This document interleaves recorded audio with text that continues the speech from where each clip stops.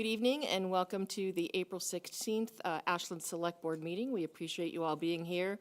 We have a nice full house here in our meeting room for many different reasons. We will start, just to let you know, we are being broadcast live through WACA-TV. There have been some issues with Zoom for various reasons. One, because of some Zoom bombing, different things like that, as well as they themselves have had some platform issues. So if you lose us on Zoom, and you want to participate, we're going to ask you to come down in person. You'll still be able to watch it through YouTube and WACA-TV, but if the Zoom link goes down, it'll be difficult for us to interact with you. So just be aware of that, those of you who are on Zoom. From there, we are going to do citizens participation. And if anyone who wants to do citizens participation, if you could please come line up. And because we do have an appointment at 7:10 and 7:15 with our legislators, we may have to limit, because I'm seeing quite a few people coming up. And I'm going to ask that you, if possible, limit yourself to 2 minutes tonight. I don't usually like to try and do that, but as I said, we have our legislators as well as some appointments. So we're going to try to be respectful of everyone's time. So reminder, introduce yourself, and then go ahead.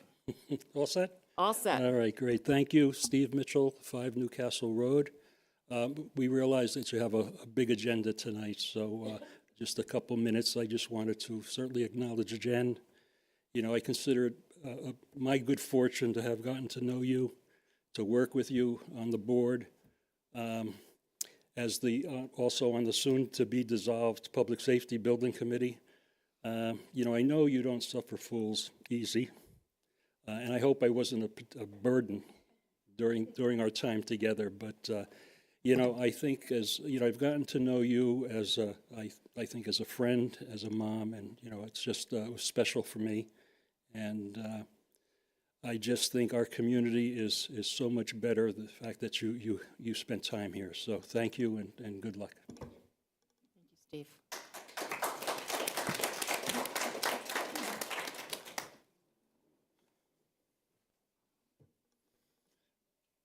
I'm Mark Tassoni, 119 Main Street. I'm here for a whole different reason.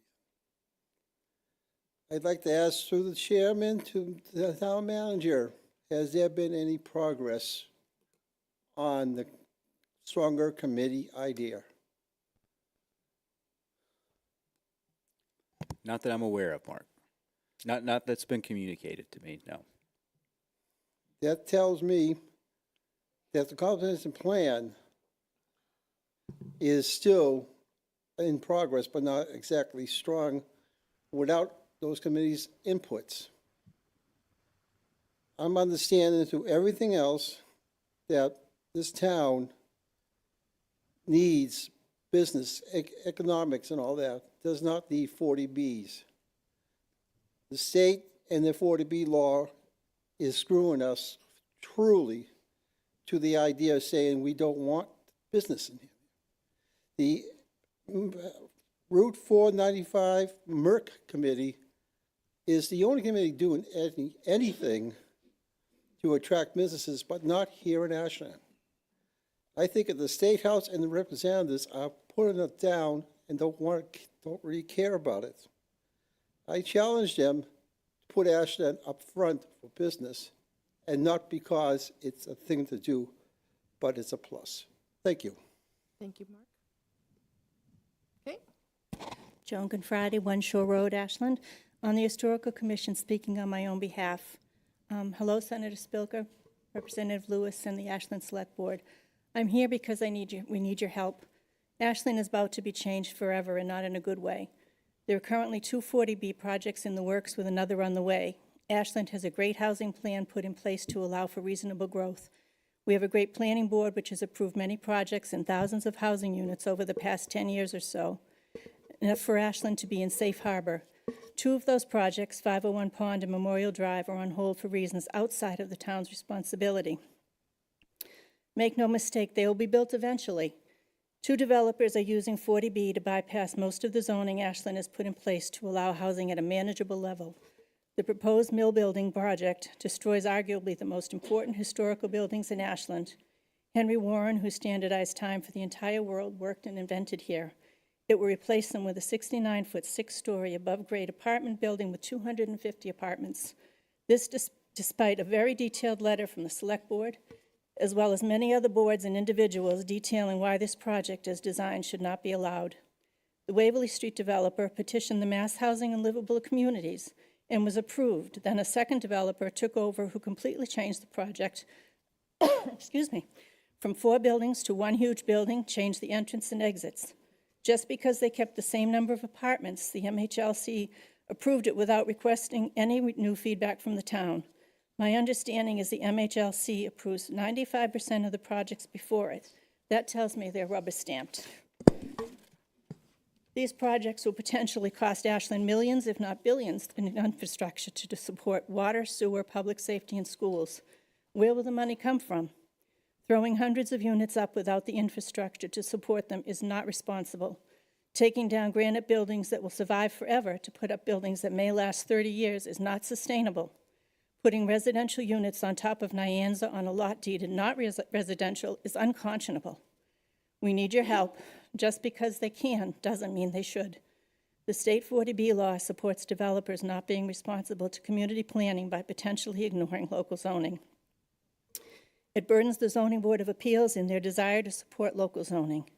I implore you to pause any 40Bs that have not broken ground and do a review of the processes and procedures. See which projects actually make sense for their location. Review the 40B law and give back reasonable oversight to the cities and towns. People need to have some say in where they live. At this point, you are probably the only ones who can save our town. We live here because we love Ashland. Joan? One more second. We have a lot of people. Yep, you have dedicated your lives to helping the state. Please help Ashland now. Thank you for your time. Thank you.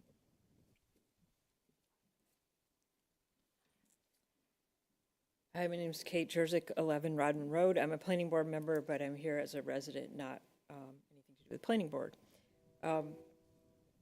Everybody knows we are nearly complete with sidewalks on 126, and I wanted to have kind of talking with some people in my neighborhood. We are scheming up to have a Pond Street Promenade on June 20th, with the basically celebrating our sidewalks, the solstice, why not, and community connection, like literally the community connection of the sidewalks and bringing out the community. I've been in touch with a couple of community groups who like the idea, and they're definitely interested in participating. I guess just part of the reason of sounds like a little crazy idea is that early in the community planning process, and there's people here that were part of that Pond Street working group, I had neighbors who said, I'll be dead before we get sidewalks there. And I'm happy to report none of those people that said that are dead. Good. So we deserve to celebrate, and I think just bring out the community. My specific ask of the board is help publicize like the Facebook page, town manager newsletter, any other suggestions. It asks you to attend and have fun. I did email the chiefs of both departments, assuming they're sort of publicly minded, would want to participate. And I'm sure you'd want to know about it, but it's a public sidewalk, so I don't think there's really any particular issues otherwise, except you'd obviously want to know about it and hopefully participate. Great. Yeah, just real quick. So Kate and I did chat about this. I think it's a wonderful idea. Again, keep informing people. I would say touch base with Beth Reynolds, our Economic Development Director, so she can get it out into the public via the different communications with the town. Cool, thank you. Thank you, Kate. Connie Mannell, resident of Ashland for 47 years, Newcastle Road. Ashland understands the need for more affordable housing. It supports the housing laws. My fear is that Ashland is being forced to do too much, too fast. To meet the demands of the MBTA law in good faith, Ashland has recently built 2 very large complexes, 574 units. On Memorial Drive, very near the MBTA station, Ashland allowed an enormous complex of 398 units. On Chestnut Street, in front of the Fafford condominiums, another 174 4-story units. And yet this year, 5 more complexes are in the pipeline, with 829 more units, for a total of 1,403 new multi-housing 40B units. We could have an excess of 3,000 new residents, a population increase of 17%. 1,403 new housing units will impact the town, schools, police, fire, traffic, even water. And according to the Massachusetts State Auditor, Diane DeZiglio, the MBTA law is an unfunded mandate, meaning that Ashland could very well not receive or have received little state funding. The sanctuary, a proposed 250-unit complex, is an example of inappropriateness for our town. When developers thought that Ashland asked for too much, the developer used 40B in order to build what they wanted instead of what was good for everyone. Our small downtown is comprised of 1- and 2-story colonial-style, mostly white clapboard and red brick or clapboard buildings. In contrast, this 258-unit complex is huge. Picture the 180-unit complex on Chestnut Street with 80 more units in the middle of downtown Ashland. It will be industrial looking, orange, 5, maybe 6 stories high and towering over any other building in town. Moreover, it's in the floodplain. It's on the Nyanza contaminated river. And when the river overflows, cars will need to be moved. Also, there is no clear and practical traffic pattern, and the current congested traffic will become even worse. Connie, I'm going to give you a 10-second because you're already about a minute over. This is the last paragraph. Ashland has worked hard to meet the demands of the housing shortage and to protect the new people coming into town. We all need to work together for the benefit of everyone. Right now, it feels like too much, too fast, and inconsiderate of the needs of Ashland.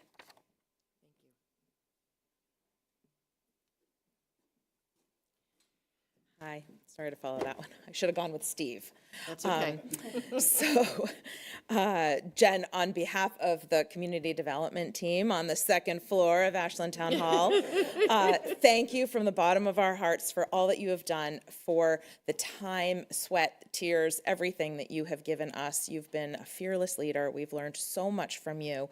We will take all of it and keep it with us, and we will hopefully make you proud. So good luck in your next adventure. We'll miss you.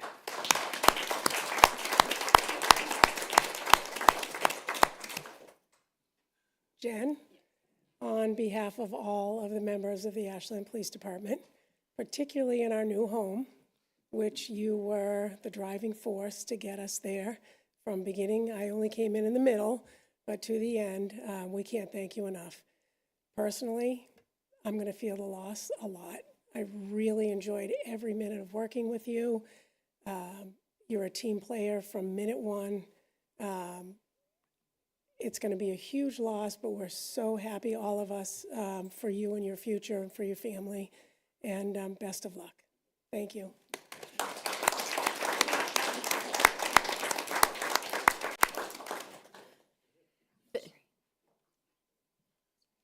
Okay. Go ahead, Rajashree. Hi, thank you. Actually, you know what, Rajashree, hold on for 2 minutes. We have Okay. a public hearing that we need to reopen and then close again. Sure. Yep. Hold on. Get to the right place.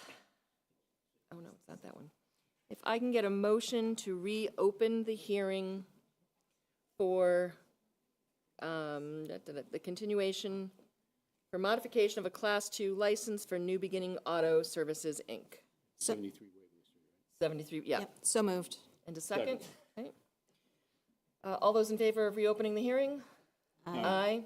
We have not heard anything back from this business, so if I can get a motion to close the hearing. So moved. All those in favor? Aye. So that piece of business is done. Susan has reached out to them to let them know that they're now going to have to reapply because we've asked for them, and so then it'll get rescheduled. Thank you. Sorry about that. Go ahead, Rajashri. Not a problem at all. I wanted to acknowledge Jen as well.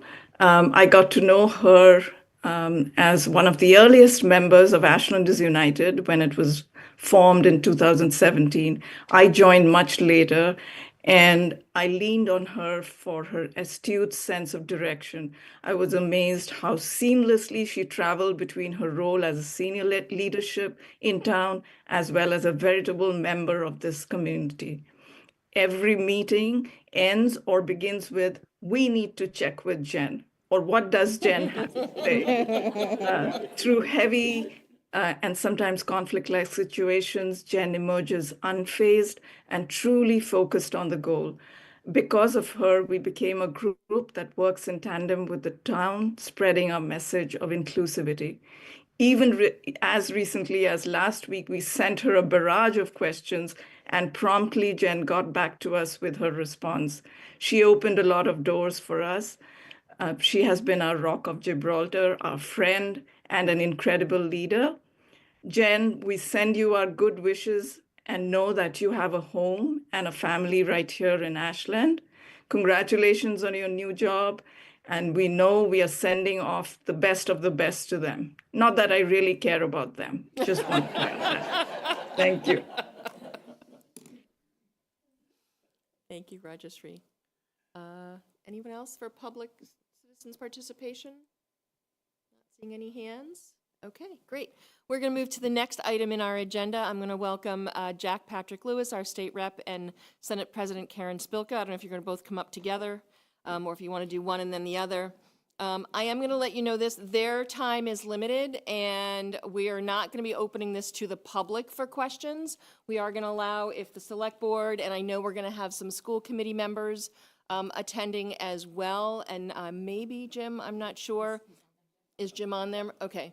Only because of respecting of their time. If afterwards, you have a specific question, you can certainly reach out to their offices to get those questions answered. I also expect that with their reports that they're giving us tonight, that a lot of the potential questions we may have may already be addressed. So, go ahead. And I want to say welcome, Karen, welcome, Jack. We appreciate you taking the time to be here tonight. Thank you. It's always a pleasure. And surprise, surprise, we want to start out by thanking Jen. Thank you so much for everything you've done for all of our residents and the community as a whole. You have really helped to make Ashland a richer place, a warmer place to live, and have contributed in so many areas. You've heard from only some of the people, the highlights. So I want to thank you. I have a Senate citation that I will give her, and I think Jack has a House one. The Senate says, surprise, surprise, yes. Be it known that the Massachusetts Senate extends congratulations to Jen Ball in recognition of your outstanding service to the town of Ashland for 9 years as the assistant town manager. And it goes on to say that the Senate, all the Senate extends its very best wishes. Signed by me as both your senator from Ashland and as Senate president, and wish you all the best of everything. You leave us in better hands, so thank you.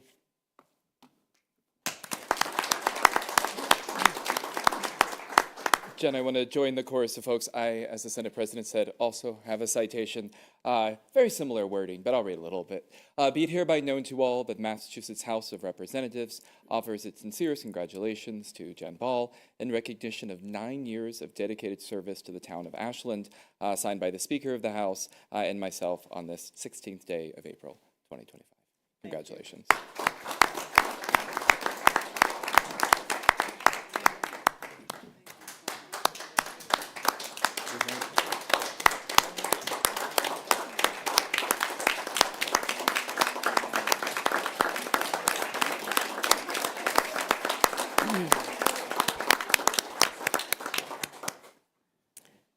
Thank you. So I'm going to start. I will try to condense some things and then turn it over to Jack, because the House came out with its version of the Ways and Means budget today, and talk a little bit about legislation and what's going on the federal level briefly as well. So thank you. It's great to be here and be before you, Chair. I'm going to call you by your first names because, Yolanda, Brandy, Joe, Claudia, and Makita. It's wonderful to see all of you. I feel like this is home, actually, and in being here. So thank you. And Michael and Jen and all the other folks that are here. I want to thank my partner at the State House, Jack Lewis, Representative Jack Lewis, who's been a terrific advocate, friend and partner fighting for Ashland as well. And we work really closely together and are in constant communication for district issues, for Ashland issues. And I really value that. Not all senators have that with their reps, so it means a lot to me. So I publicly thank you again for that too. I do want to introduce, I have two terrific members of my district team here, Sue Nichols, my district leader here, and Jessica DeBenedictis, who's on my district team and is from Ashland. Yes. She started out on my youth advisory council several years back and continued to work with us and is now a wonderful part of my team, and it's great having her with us. So thank you. I want to thank everybody here, not only on this side of the room, but I look at folks on this side of the room, and you all put so much time and energy into Ashland and making Ashland a better place. So thank you very much for that as well.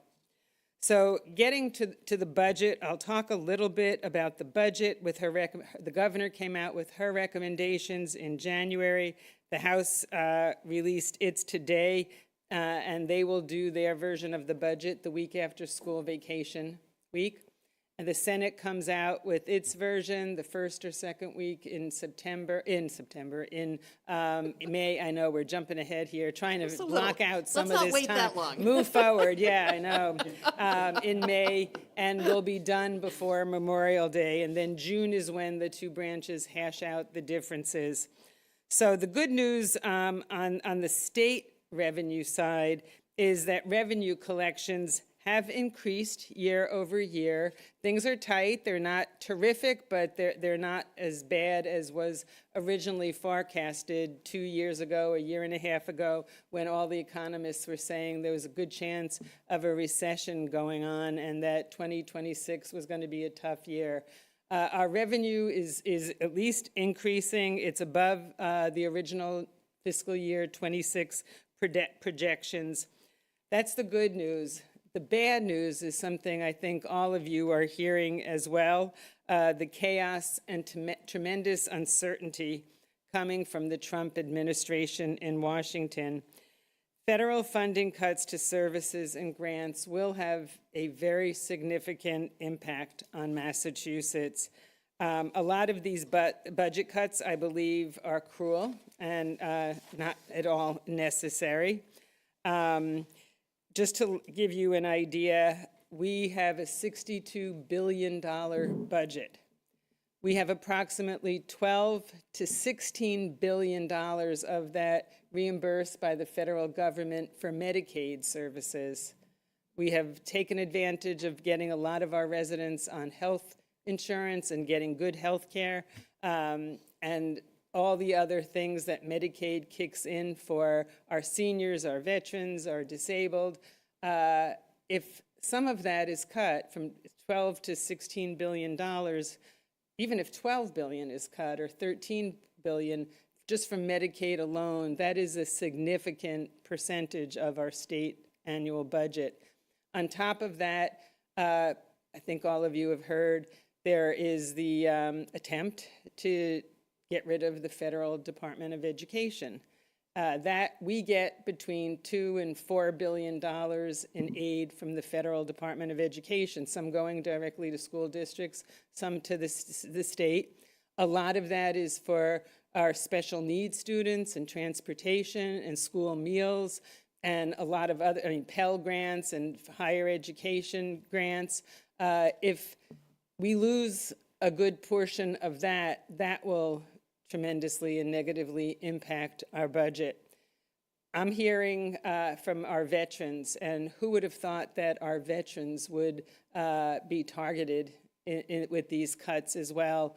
I heard from a veteran, 4 tours of duty in Afghanistan, came back, got a job with the VA. He was fired by the VA recently for poor performance because that was the only way they could fire him. And he's also having difficulty accessing his benefits because there's not as many people at the VA right now either. It's touching, unfortunately, so many people across Massachusetts and across our country. And we have a good rainy day fund. I've been working really hard and working with the House to build it up. It's $9 billion. But if we get all of these cuts in our budget, there's no way that we can fill all of the gaps. And I'm just saying that as a word of caution, because we don't know at this point what's happening. The governor did her budget in January before any of this was triggered. The House did its budget based on the same numbers as the governor because don't know what exactly is happening. And most likely the Senate, we will do the same thing. We don't know. I mean, everything is reversed. So, the next day, the day after, things change. It's like a moving target as to how to budget. And I know that doesn't make it easy for the town of Ashland or any of the municipalities. It creates anxiety and uncertainty. We understand that because we're feeling it too. And we don't know what will happen. But I can tell you that we will try to work with you. I think close communication is really important. Try to protect as best as we can.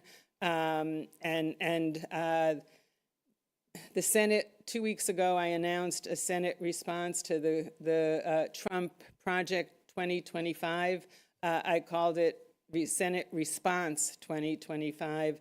And the whole umbrella of our actions will be to learn more of what's going on, educate and communicate that with our constituents and our cities and towns, because you don't know what's going on, but ultimately to protect our residents, defend our values, and help to lead Massachusetts. And that started the day that I announced it. We had a hearing. Senator Cindy Cream, Senate Chair of the Senate Committee on Global Warming and Climate Change, had a hearing trying to get more to the bottom, find out more about what some of the cuts mean to climate and global warming, and what can we do as a state. We filed a bill this past Monday. Senator Cindy Friedman, the Healthcare Finance Chair and Head of Steering and Policy, on protecting women's reproductive rights and rights to health care and gender-affirming care. And we will continue to do what we can. We will be looking at all of the different areas. I've tasked the Steering and Policy Committee to meet with all of the Senate chairs to find out what they are hearing. We will meet with the Attorney General. There's so many lawsuits going on. Find out what suits are going on, what has been successful so far, what are still waiting, and just to keep the lines of communication open. I think that there has to be working together of ultimately the House, the Senate, the governor and her administration, and the Attorney General. That's the only way that we're going to get through this, and that's the only way then that we can better communicate this in unison to our municipalities, to our constituents, to better understand. But ultimately, only Congress can really fix some of this in terms of the budget or stop some of the cuts. We'll have to see what ends up happening. I could talk a little bit about, the governor's budget, increased Chapter 70, full funding of the circuit breaker, and, gave some increase with local aid. Again, I feel like it would be good to let Jack go through what the House did, and then again, it'll come to the Senate. But I think that All of you know that education has been a really important part of my career in the legislature, so we will continue to prioritize from cradle to career. Early education and care has been important. We reformed it last session. We put $1.5 billion to it. We still need to do more with it. K-12, fully fund the Student Opportunity Act. I was hoping to take a look at it starting this coming session, because it's a multi-year process. We will at least take a look at some aspects of it, knowing that many of our communities, Ashland included, is still hurting over the Chapter 70. And I will continue to help fund the public higher education to continue free community college and lower the cost of tuition and fees for our public state universities and our UMass system. I think I just would like to spend a couple of moments to talk about our legislative accomplishments last session. We had probably the most productive legislative session, 2-year legislation in decades, and it's something that I think that we all can be proud of. Right out of the gate, we started with a major tax relief proposal, the largest tax cuts in the history of Massachusetts, helping all of our residents, from increasing our child care credit and dependent care credit, doubling the senior circuit breaker, doubling the estate tax credit, and there were so many other areas that so many of our residents will benefit from. And I hope particularly as they fill out their taxes, or hopefully filled out their taxes, that they can see some benefit of that. We made community college free. We invested in early education and care, passed major climate and global warming education. We made fare-free RTAs. Our RTA has expanded and grown from that, providing better transportation, public transportation. You know, that has been an important issue for me as well. It's an equity issue, and it's great to see that continuing to grow and provide weekend service, evening service, and expand the service. We did comprehensive economic development and so much more, maternal health care, an opioid prevention bill, and major gun reform to ban ghost guns and 3D printer guns, and again, so much more. I know last month that we extended the public hybrid meetings until 2027, and I just want to let you know that I'm committed to working with all of you to make that permanent. We were hoping to do that, but at least 2027, but it seems crazy to me to have to worry about that expiring, you know, and just do it. It seems to be working. Yeah, just do it. Right, I agree, I agree. We all thought the same thing, but I'm glad you're admitting to it. I know, and participation has just increased so much. Public participation, civic participation in allowing people to know, have a better sense of what's going on and feel included. You know, for so many reasons, they can't always come to, you know, town hall or where the meetings are. So, you know, we'll continue to look at that. I know that you probably will have some questions or thoughts about 40B, the Municipal Empowerment Act, so I'll leave that for the question and answer, because there's a lot of different components, and I look forward to hearing from all of you. What are the pieces that are important for Ashland? What will help continue to make Ashland a better, stronger, inclusive community? So I look forward to that discussion, and I will turn it over to Representative Jack Lewis. Great, thank you. Thank you so much, Karen. It is a great honor to represent Ashland together, and I can't imagine the last 9 years without you as a partner. She said it, but it is true. Not every House member gets along and has as productive a relationship with their senator and vice versa. And I'm very, very fortunate that we have that open line of communication. We're friends, and we're in constant communication. So grateful for this opportunity to come. We were at Framingham City Hall last night for their annual invitation. I think we were there for a little over an hour and a half, so hopefully your questions will be robust, Karen's but saying maybe. it was longer, but Yeah, no, okay. you're being polite. That you always are.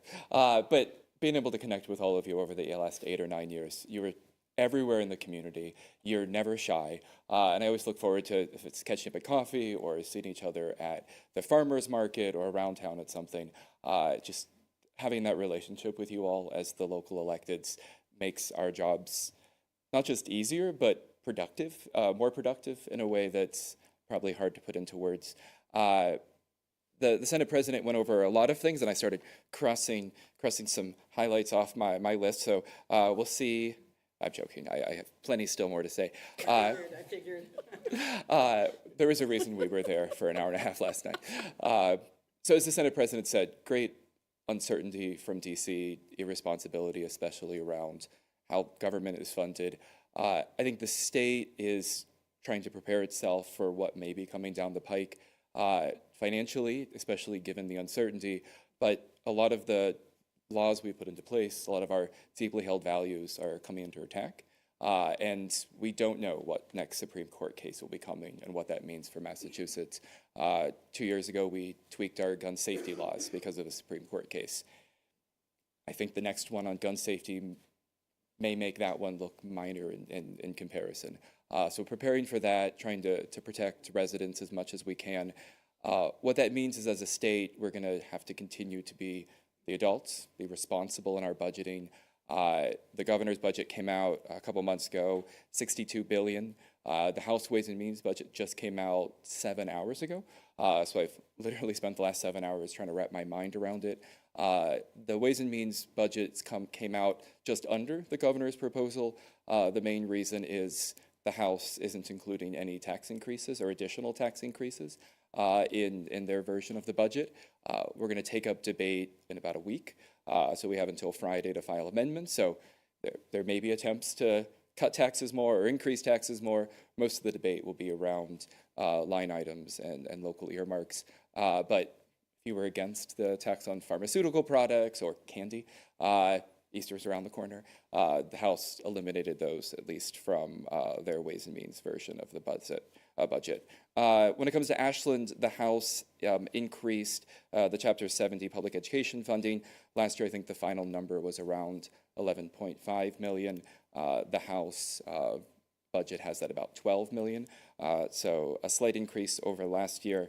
But as the Senate President said, with $16 billion, or about 25% of the budget, coming from the feds one way or another, we have to be prepared for what might be coming. So we're going to pass a budget, and as always, we're going to stay nimble and stay responsible, especially as tax revenues come in over the next year and threats of closing of financial pathways hopefully not materialize. When it comes to the Fair Share Amendment, I know some of us have discussed that a lot over the last 8-9 years. We actually, in our very conservative budgeting, under-anticipated how much money was going to come in that excess revenue. And so the House took up a supplemental bill just last week now to take the additional funding and put it towards public transportation and education. But the main chunk, and the thing I think I'm most excited about in that, was $58 million to fully fund the current fiscal year's deficiency in the circuit breaker, the special education circuit breaker, and then $190 million towards next year's. So the new budget has funding there as well, but being able to carry $190 million forward to make sure we keep up our obligation. I think the Senate President mentions it was a productive legislative year. Sometimes the press didn't share that fact very often or very correctly. A lot of the bills we pass are huge. And so if you take it out and you realize how many bills are contained within a bill, it was the most productive session we had.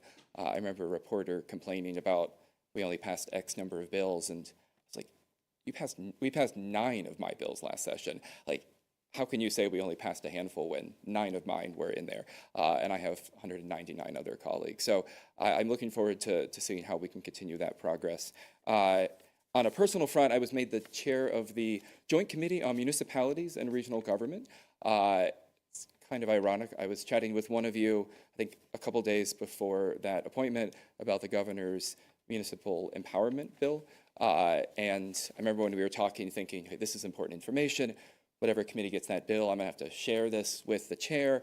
I'll have to schedule a meeting so I can make sure I relay that information.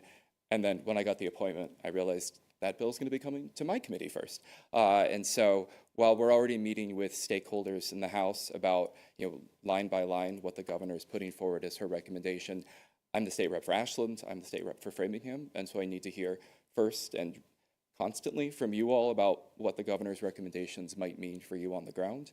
I'm going to hear from folks in larger communities. I'm going to hear from the MMA, all important perspectives. But you sit there, and if I can't help Ashland and Framingham in this position, then I don't know what I'm doing. So I look forward, if it's the town manager, if it's town manager and one or two of you, we'll have to figure out the open meeting stuff if it's all of you. But hearing from you, I've never, unlike the Senate President, I have not served in local government. The governor was the Attorney General before she became the governor. Her team is great. But I want to make sure the recommendations they're putting forth actually will play out in a positive way on the ground. And if you don't tell me, then I'm not going to know.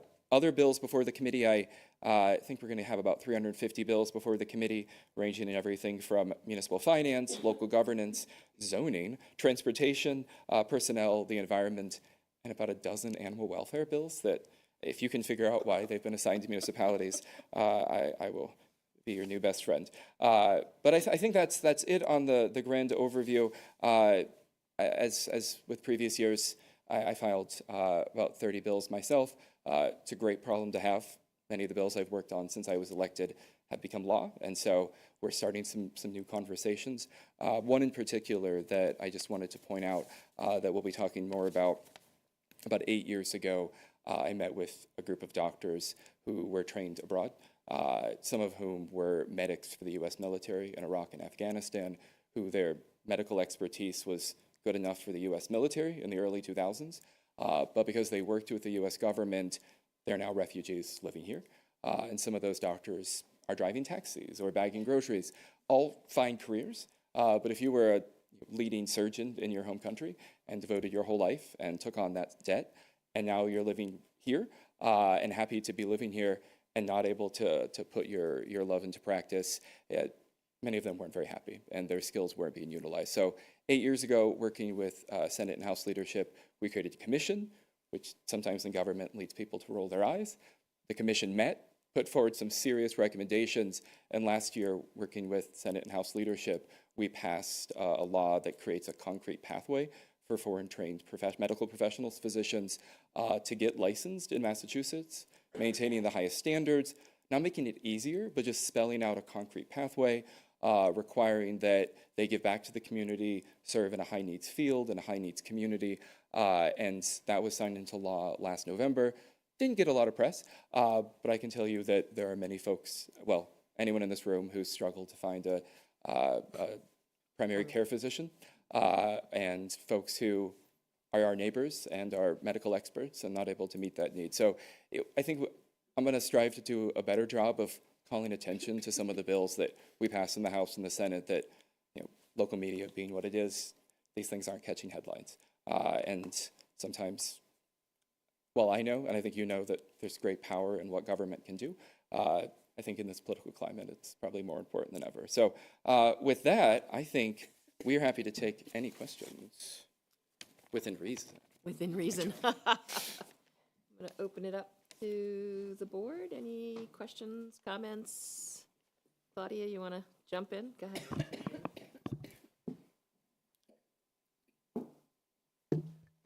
Well, thank you both for your time here tonight.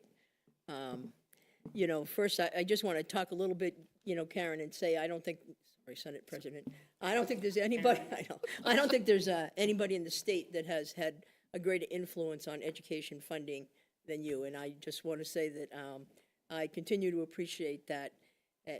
Sometimes over years, people don't realize what went on in the early days. And We do. We do. And I just want to thank you for that. Harry Henchy with too, but, you know, we were a pair fighting for it together.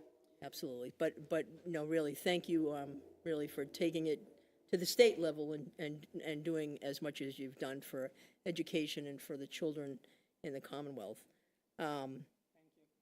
So I do hope we can continue to do more, and as I know you do, I think that we probably had hoped that the millionaire's tax would give a little bit more to K-12 education, and I hope, as you've indicated, that down the road that would still be the case.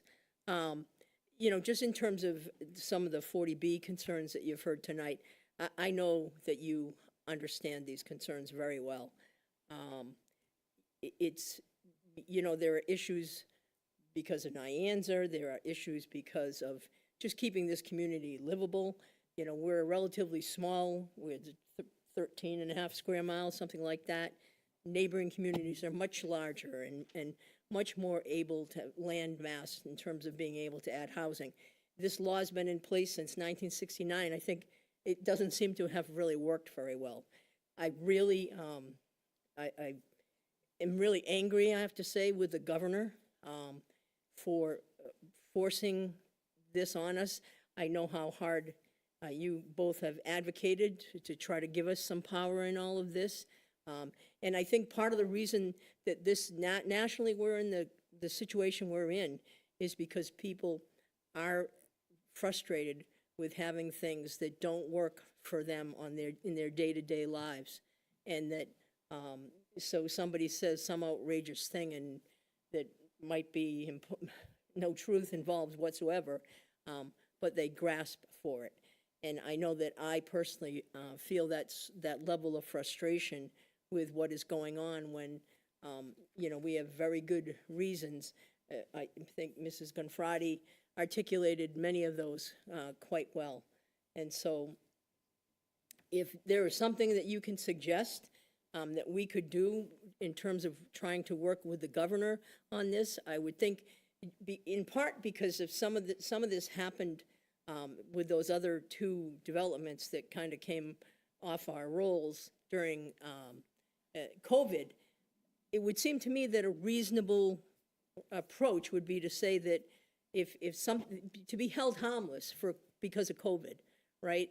That though that period of time caused the funding mechanism to become, or for the one development to become less financially feasible, for another one to end up in courts. Those are things that weren't, you know, we have no control over.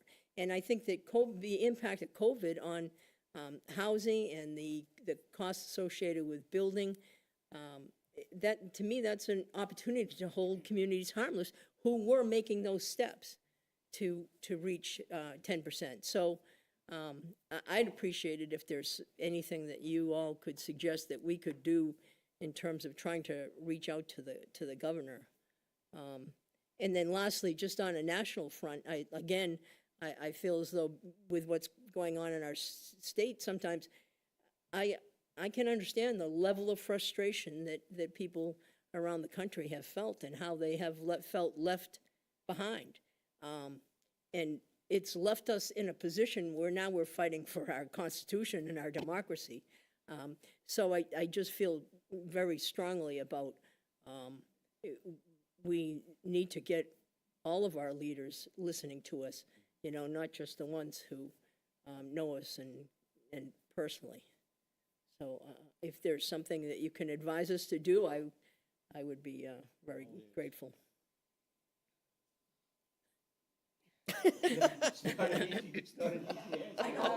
No, I mean, I think it's boots on the ground, starting like from here. Just come a little close to the microphone Sure. so people can. You know, boots on the ground, starting with meetings like this. And I know we have continued communication and great lines of communication.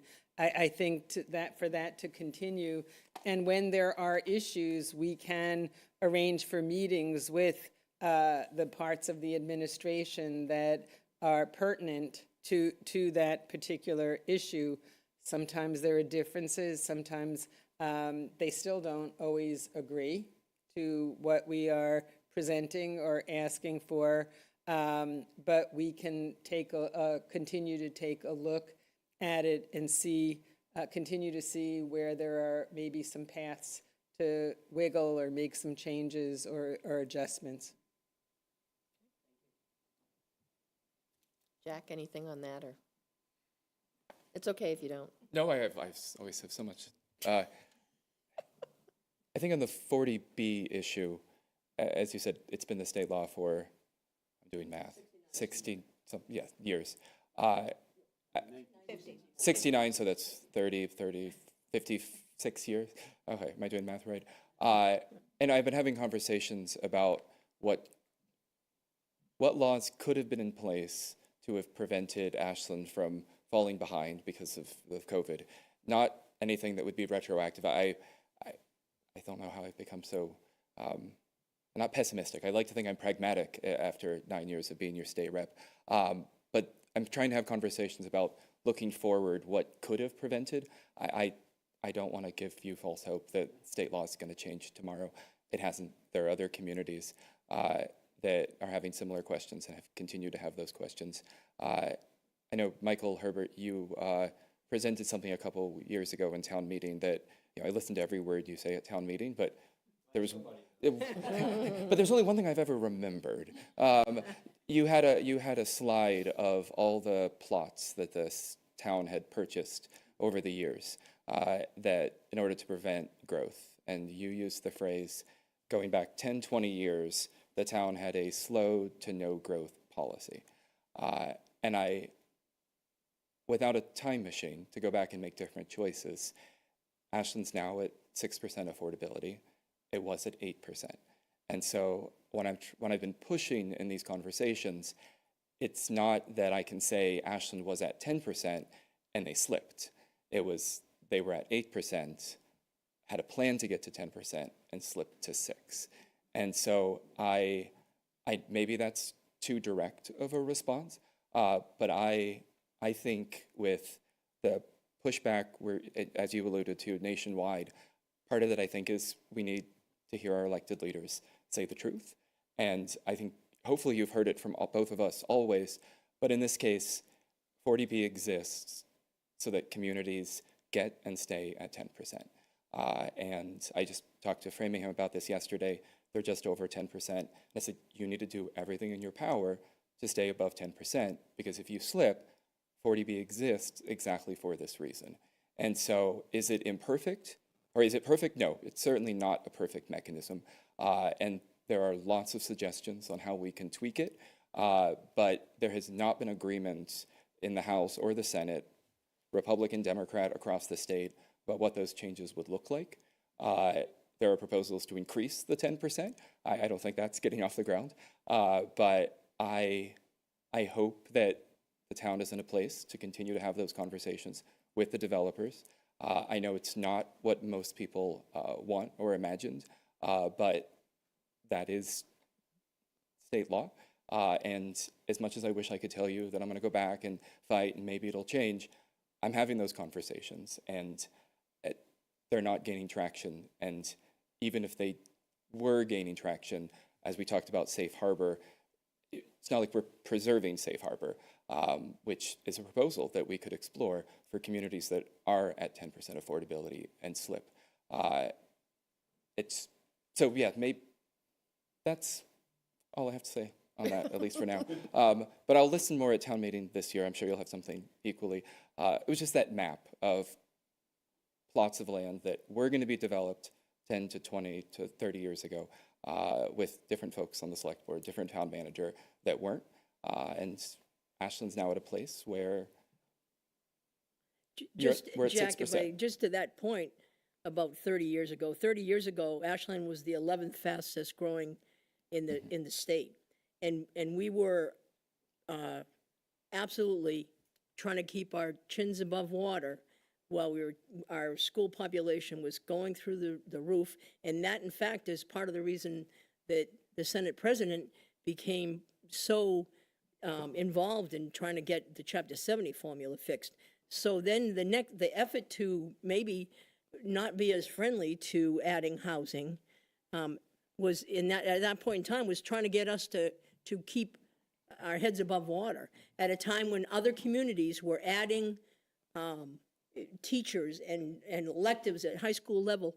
We were cutting them all, and we barely kept our chins above. It's just, you know, if you want to talk history, yeah, that's the history. That's I it. do appreciate You know, your honesty. I'm still somebody that you can get in a room with, and we can argue and disagree, and we walk away. We are respectful of one another, and that's becoming a lost art, but you have that from me. No, same. second I that. appreciate that. Joe or Brandy, or? I have just a quick thing, and I appreciate everything that you both have done for us throughout the years and continue to do for us. You know, the 40B issue it's been a thorn in my side for a number of years, especially being on the Affordable Housing Trust Committee, and it's just like shoveling against the tide. And there's no way that towns that are you know behind the 10% like we are can catch up unless they totally destroy the landscape of their own community, and that's not what our zoning bylaws were meant or were put into place. They were put into place to keep a certain attraction of the community as it is, and I just don't understand why in our local government or even the state aspect of it, you look at what you have for zoning bylaws and try to make the 40B fit into each individual town and municipality's zoning bylaws instead of the other way around. And I think that would be an easier solution than trying to change everything from day one and start all over again. But so if you have a builder that comes into town and presents a 40B plan, and you already have design limits through your zoning board bylaws, well, they should be able to work within those zoning bylaws, but still have the 40B capability of doing the things they need to do to protect themselves that way, but not just totally blow it out of the water and say, hey, we're going to do what we damn want to do. Because that's not right. That's not fair.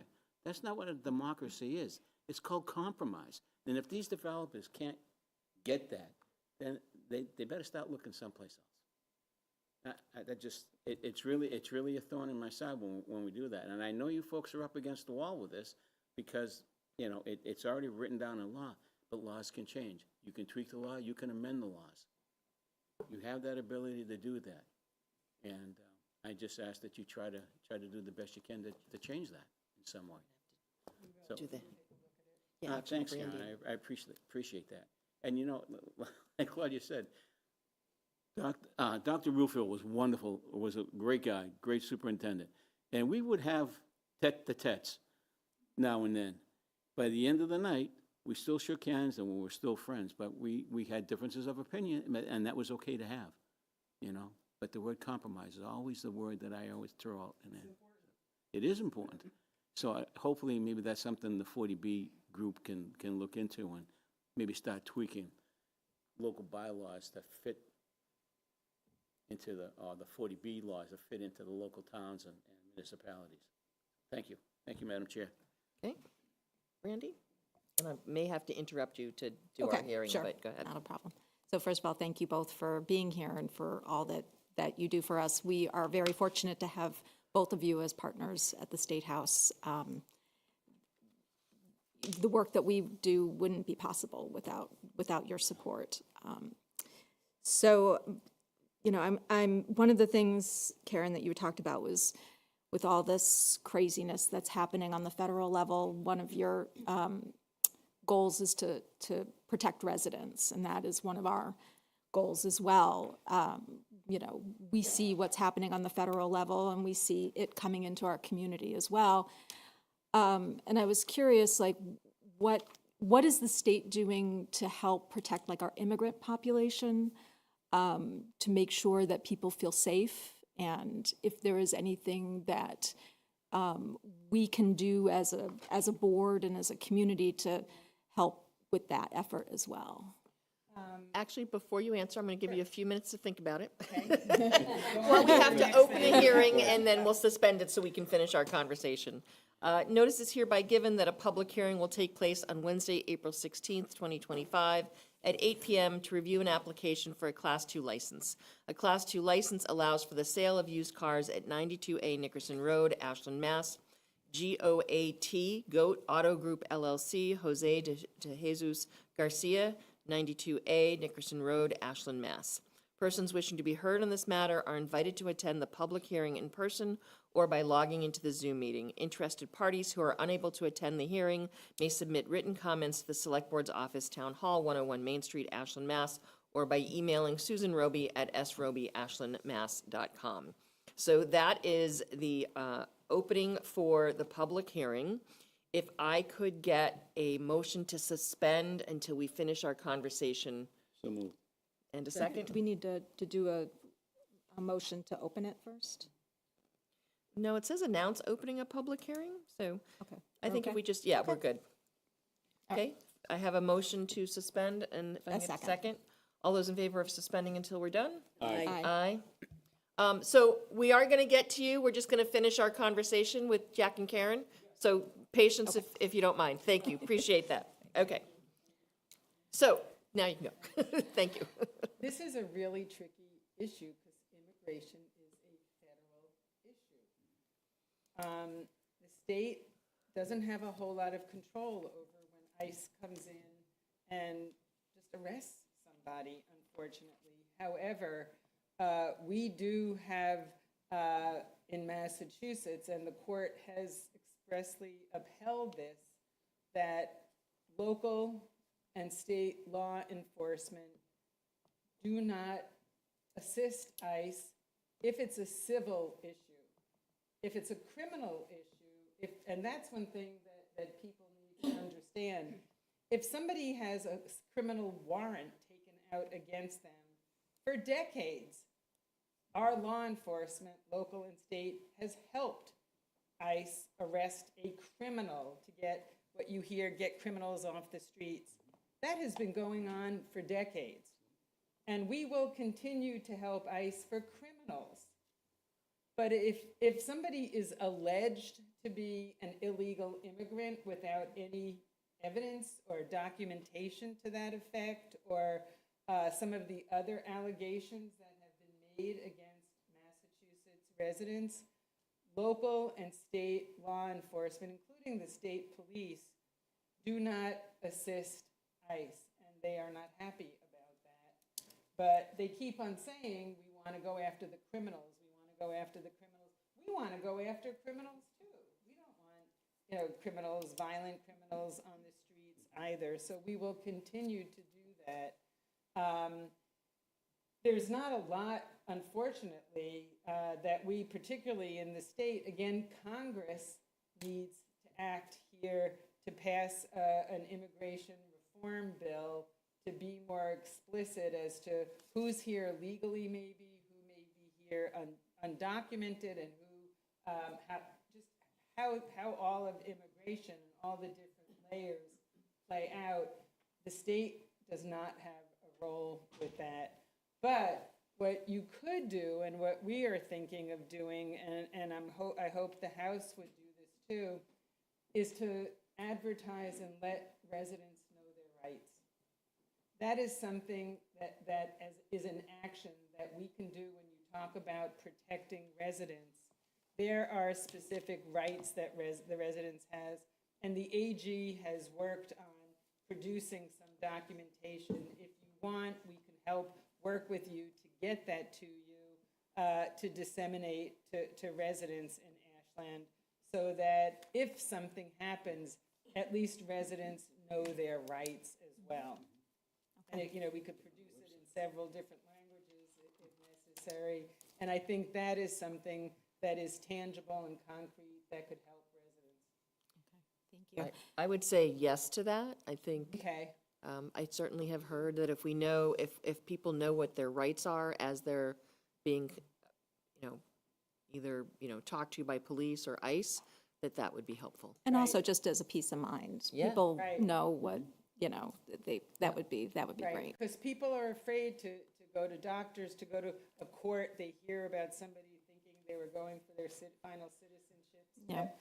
and they were arrested. You know, part of that is unfortunately the downloading of Americans' confidential and private information that can be plugged into pretty easily now with all of the computer applications and everything to find out where people are or, you know, what their status is. Okay. A couple other questions. Like, I know you were talking about the millionaire's tax and sort of like the split that it's looking likely for between education and transportation.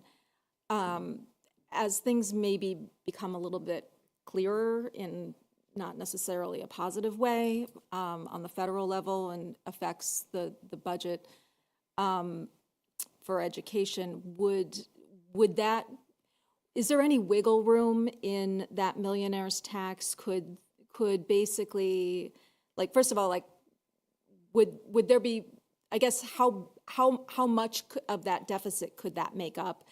And also, if needed, like, could that be switched over to help bridge that gap?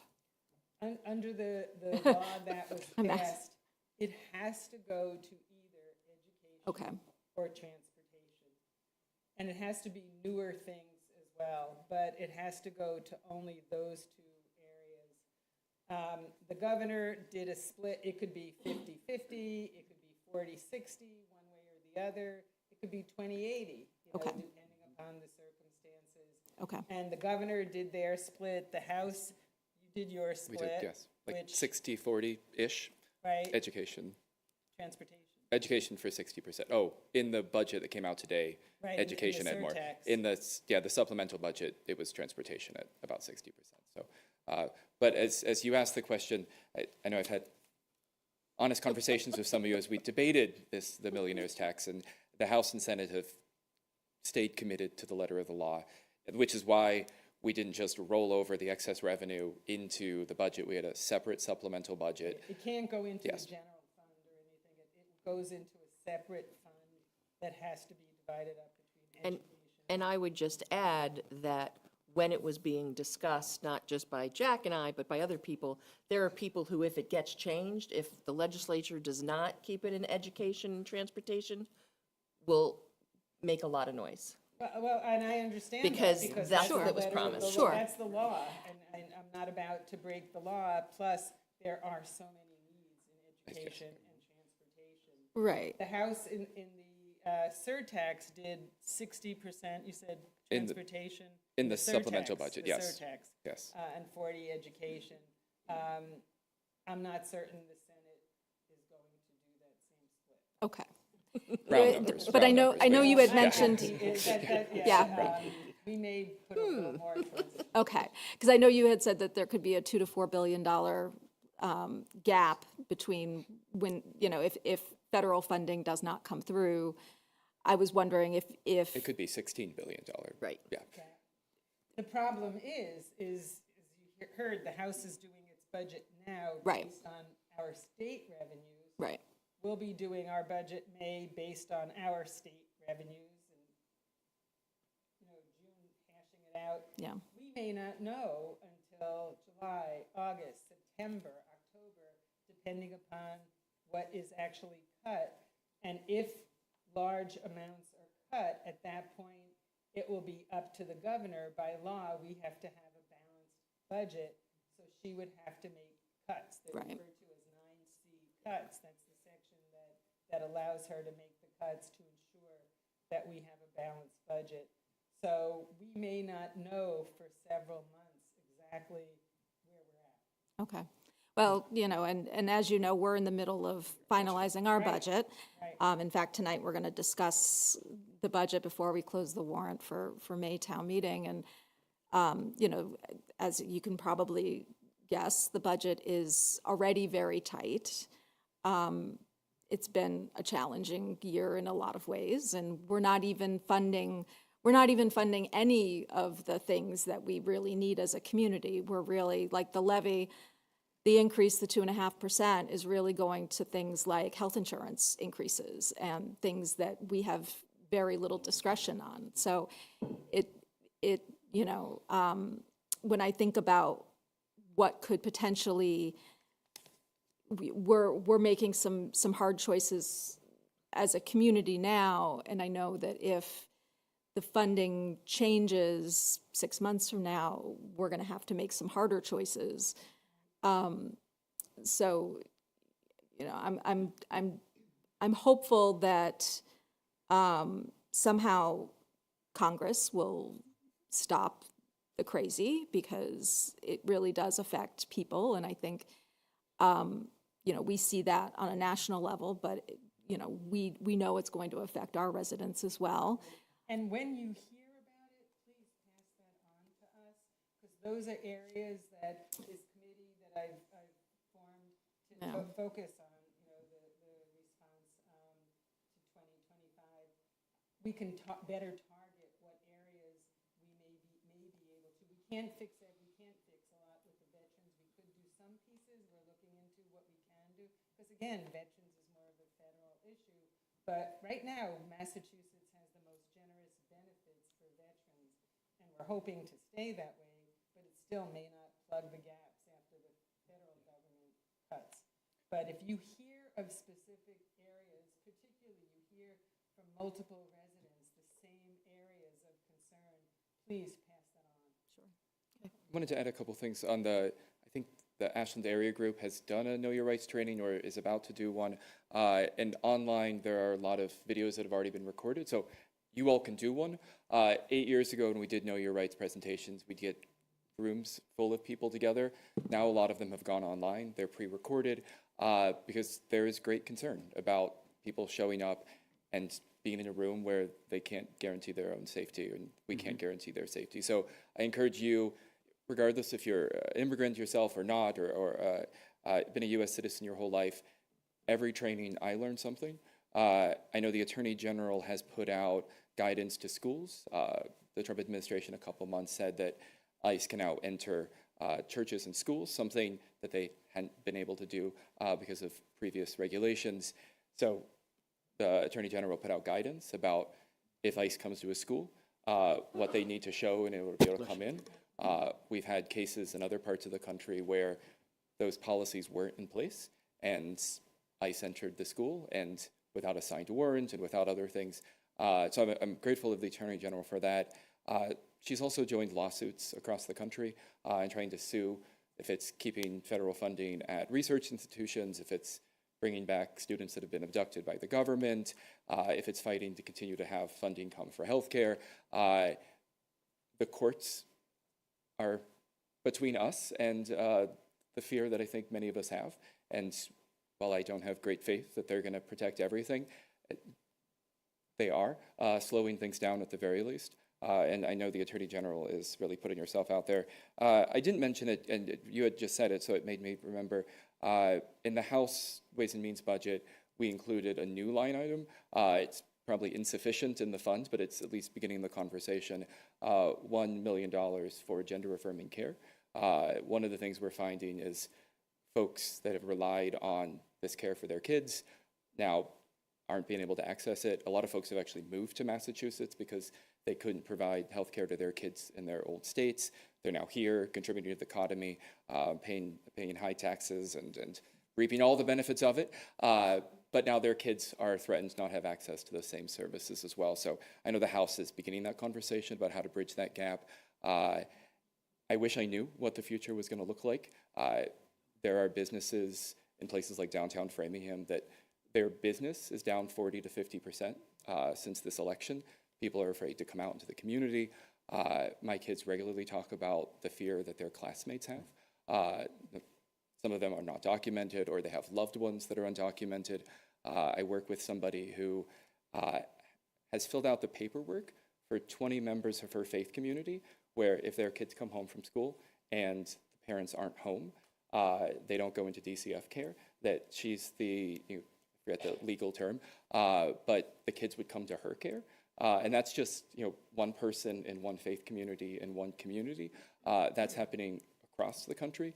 And I'm hearing from young people as young as 12 who have lived in the country their whole lives, only speak English, but are Latino, who are trying to figure out if they're stopped, how they can prove that they're a U.S. citizen, because they don't have a driver's license. They don't walk around, not that your driver's license, but they don't walk around with a passport. And that fear, I don't want to fan it. I don't want people to think that, around every corner they need to be afraid. But the reality is students are having their visas revoked. Students are being removed from campuses. And I think if none of that tugs at the heartstrings, I think financially, if students choose to go elsewhere for university, we're gonna feel that in our economy. As professors start moving to places like Canada, because there's guaranteed funding there. But tourism actually plays a huge role in our economy. And Europeans in particular, Canadians, are making choices to go elsewhere. And what that means is the millions and millions, actually billions that they would spend in the United States to stimulate our economy just isn't being spent. And so if the stories don't tug at your heartstrings, worrying about the bottom line hopefully will. But we're going to do what we can to hold the line, and going to have to be nimble financially as we see what comes next. With that too, the NIH funding cuts, a lot of our universities, our research, our pharma, just so many in Massachusetts took so much advantage of the NIH funding. So it's shutting down a lot of the research because the cuts have been so severe. So we are shutting down the current research going forward, possibly shutting down pathways to help fight cancer and Alzheimer's and ALS and diabetes and heart disease and all these other diseases that are chronic conditions. In addition, the research assistants that help the major researchers, both the researchers and the assistants are currently being catered to by China. They're coming over and they're trying to pull some of them to come to China to do the research. So we're losing this generation of research and very possibly the next generation as well.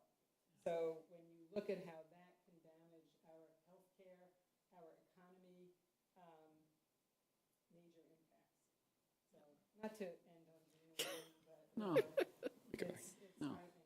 We're living under a veil of doom and gloom right now. Michael, you had a question, then I don't know if there's anyone, select board member, sorry, school committee who wanted to chat or say anything. If you do, put a raised hand up already so I can be aware of that, but Michael, why don't you go, you want to, Paul? Okay. Michael, why don't you go ahead? Thank you, Madam Chair.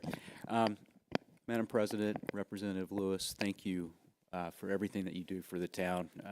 Karen, I think I said the last time you were here, I've lived in a district, was on a FinCom in a district where it was the home to both the Senate President and the Chair of the Ways and Means Committee, and what they were able to contribute to the community was just a fraction of what you've been able to do. So thank you so much for everything that you've done, both on the financial level and the policy level.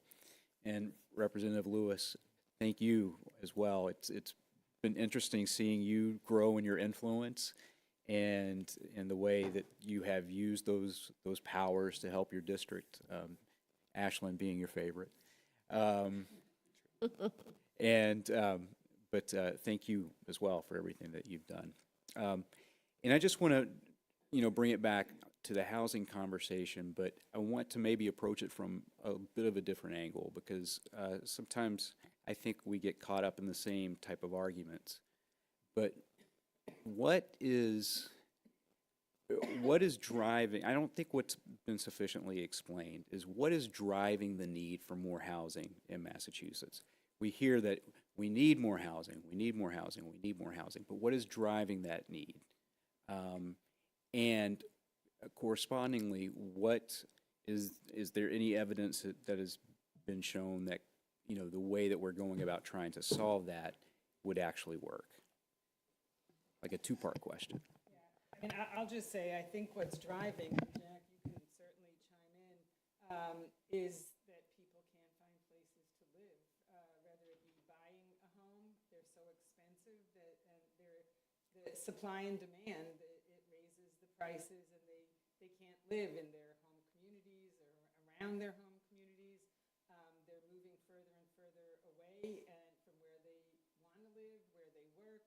And even then, the homes are way over expensive. They can't find a place reasonable to rent.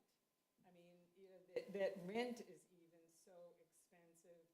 You can't find even single bedroom in most communities less than $2,000 these days. It's outrageous. So there is a shortage of housing. So part of what is driving it is the need to build housing, and we as a state have not been building as much as some other states have been doing that have lowered the cost of housing. So some of it is housing production, both for affordable and market rate. When we did that tax relief bill, we put in tax credits to build more affordable housing in communities and market rate housing in communities as well, because we want our police and firefighters and teachers and others who work in the community be able to afford to live here as well. And that's why, you know, we have tried to, I think, institute ways to build more. We did an enormous housing bond bill last session, putting tens of millions of dollars towards housing production and rehabbing the housing authority units. There are, across the state, there are so many units in housing authorities that are vacant because they need to be rehabbed. They're not livable in right now. And so if we can fix those, get more people into those in the municipal housing authorities, that will help. And there are lots of other things we did to try to take advantage, grants to turn office buildings that may be vacant, turn them into apartments. But that's really expensive because office buildings were not built to be an apartment with bathrooms and kitchens in all of the units. But it's a possibility, so we're doing that as well. And we're looking, and I actually, there's a new housing chair on the Senate side, Senator Sear from the Cape, and the Cape has a really big housing issue too. And I've given him the mission. I said, nothing is off the table. We need to be bold and we need to be creative. You know, meet with people from all different backgrounds, all different parts of the state. What can we do to make housing more affordable and do it soon? Because the housing bond bill is great, but you know, it takes a few years to produce the housing, et cetera. We need some of that now. So that is my task that I gave the Senate Housing Chair. Okay, Jack, anything? I think so 13 years ago, my husband and I bought our house in Framingham. It was $235,000. I think our mortgage is $1,300 a month. But it was the only house 13 years ago that two people, at that time, no kids, me, my church salary, his nonprofit salary, could be approved for a mortgage for. My neighborhood in Framingham is mostly teachers, social workers, nurses, folks that bought a house around that same time, that it was the only place in the Metro West area they could afford a house. Framingham used to have that reputation. My house is now worth 2 to 3, actually 3 times what I paid for it, based on what my neighbor's identical house went for. And what I'm finding is the teachers that used to work in places like Wellesley and Newton and Needham, even Ashland, but couldn't afford to buy a house here, had Framingham, and to some extent Marlborough as well. But unless you bought a house 13 or more years ago, you can't. Not just buy a house, but these apartments that are being built are luxury apartments. I will not go down the road of what it means when somebody's paying $3,500 for rent, and I promise you it's not hurting your property values that they're driving a Lexus and moving into their luxury apartment. But that's not what teachers can afford. It's not what nurses can afford. We thought ours would be a starter house. 3 kids later, it's now our forever home and probably our retirement home. And as much as my colleagues mistakenly often tell me I'm the gentleman from Ashland, I correct them and often tell them the truth. I love Framingham and I love Ashland. Couldn't get approved for a mortgage in Ashland 13 years ago, and I don't think I would be approved today either. We crunched the numbers. We couldn't do it. Ashland 30 years ago was a place kind of like Framingham was 10 years ago. A lot of folks from Framingham moved here. Property values, you could get a lot for a bang for your buck. I still hear from some old timers to the State House when Ashland was derogatorily called Trashland. And I have to correct them. No, Ashland has come a long way. I've never heard that. No, but Ashland's come a long way now, where it's not the place where folks from Framingham move, where they can buy a larger plot and a larger house. What I'm most worried about is it's not if the teachers don't have a place to stay, the person who works at the grocery store, the hairdresser, I'm talking to them and they're moving to places like Upton. I looked it up on a map. It's a beautiful community, Oxford. But folks that grew up in this community, Ashland, Framingham, Metro West, their families have lived here for generations. Unless they want to live with their parents forever, there's nowhere to go. And what I worry about is that as we resist change, as it relates to potential more affordable housing, we're going to find that the community that we love today isn't going to be there in the near future, because the nurses and the teachers and the working class folks that made Ashland and Framingham the places that I love, that welcomed me, aren't going to be able to afford to live here in 5 to 10 years. We passed a law that increased access to ADUs, talking to a lot of seniors who they no longer need 4 bedrooms and 2 baths, but they also can't afford any of these new developments where they're going to move into a house for their golden years. And so they're looking for opportunities to stay. Some are moving back in with loved ones. But I hope we continue talking about what it means that those folks who have paid taxes, have put in their years of service as teachers in places like Ashland, who then can't afford to stay. And so I wish there were an easy answer other than we need more housing, and the governor has not been shy about this. We need more housing everywhere. What that looks like, I think, is an important conversation and an important debate to have. My hope is that we continue to seek to make sure it's truly affordable housing, not just meeting the bare minimum, but what it would mean to actually build housing that I could be approved for a mortgage for, or teachers or social workers. But as much as this is a difficult conversation, we're going to be talking about housing forever, as long as we're doing this work. So I'm looking forward to those ongoing, frank conversations. I'd just like to suggest, though, that the 40B housing that we're building isn't where the teachers and the police officers and the firefighters want to live. They're apartments that, people might move on, and the same way the condos were in Ashland, where you lived in the condo and then you decided this was a great community and you were able to buy a single-family home. I mean, we're not building affordable housing for families. That's not what's happening here. What's happening is developers are building something that will be financially productive for them. And so that's the problem I have. I'd be happy to build a bunch of homes, or the muster field from Framingham when men came back from the war and their families lived there.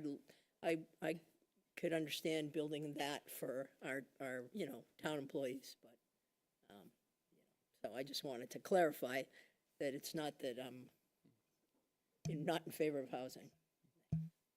This is a statistic, and I don't have the exact specifics, but through some different conversations in policy and different committees that I've been on, my understanding is between 1980 and 2000, Massachusetts built X amount of housing, and I forget what the amount is. From 2000 to 2020, we almost built half of that amount. So that's one of the issues with the state needing extra housing. We're seeing it here, not that that's, we have to solve the problem for everybody, but that's one thing. And the other thing in regards to apartments is we are supposedly, and developers are hearing that people want apartments. They don't want some of the condos, and also financially for them, it's a little bit easier. But it's not a debate amongst us. So Paul had mentioned that he wanted to ask a question, and I know Makita didn't have a chance. Did you want to ask them, or? I was just going to jump into the housing thing and Yeah, just say, I'm not going to, all Yeah. I'm going to say is that, nowadays it's kind of hard for people to afford, houses for purchase and condos, and people are forced to rent now. I mean, with for $1,500 a month rents, mortgages are even more astronomical than that. So, I just want to throw that out there. Okay. The issue is the salary inequities, right? Yeah, if you could go up. Yes. And then I have a lot of opinions in the housing, but I'll stay in my lane. So Paul Kendall, 6 Rebenacker. I appreciate everything both you do and your time. So I have a question and then just something to advocate for. Jack, I think you mentioned in what just came out of committee that you were looking to take some of the excess and fund the circuit breaker. So I'm assuming you're talking about the deficiency in the transportation section of the circuit breaker? The state percent, yes. Yeah. The state. Yeah. And so just on that, we've had a couple of tri-board meetings and I brought it up there. We do have the new revenue from the millionaire's tax and things like that. And while I fully support and really love the initiatives with free community college and all that, that's really important. You want to talk about something that impacts us is ensuring that we fully fund one of the most dynamic components of our municipal budget. We feel very strongly in what we need to do to service all of our children here in Ashland and keep them there, but it's also one of the most volatile parts of our budget. And so to my concern, I've shared with during the tri-board is not taking a backseat to the other commitments that we've made with, so ensuring that we fully fund now both parts, because we have the transportation part that's now fully onboarded, because that really, you want to talk about something that can dynamically change our budget from almost day to day, and then has dramatic impacts. So that's something that, from our perspective, you want to make sure that we're as stable as we can be, ensuring that we can fully fund both components of the circuit breaker going forward is something I would definitely advocate for. I mean, you heard that the House did that last week. The Senate will be doing the surtax supplemental budget after school vacation, and I normally don't make breaking news, but if you want to hear, I mean, you all know where my priorities lie, and coming from the school committee too, it's we understand this clearly, and I would be able to, I would say that you can pretty much bank on it being fully funded at our rate that we need to do. Appreciate that. Thank you. And for those who are watching and listening, and a lot of people here are very involved, so circuit breaker is the funds that we get from the state to help us pay for our special needs and their programs. And the one thing to remember is we as a town have to pay the first $40,000, and then there's a percentage that we get for the rest of their funding from the state.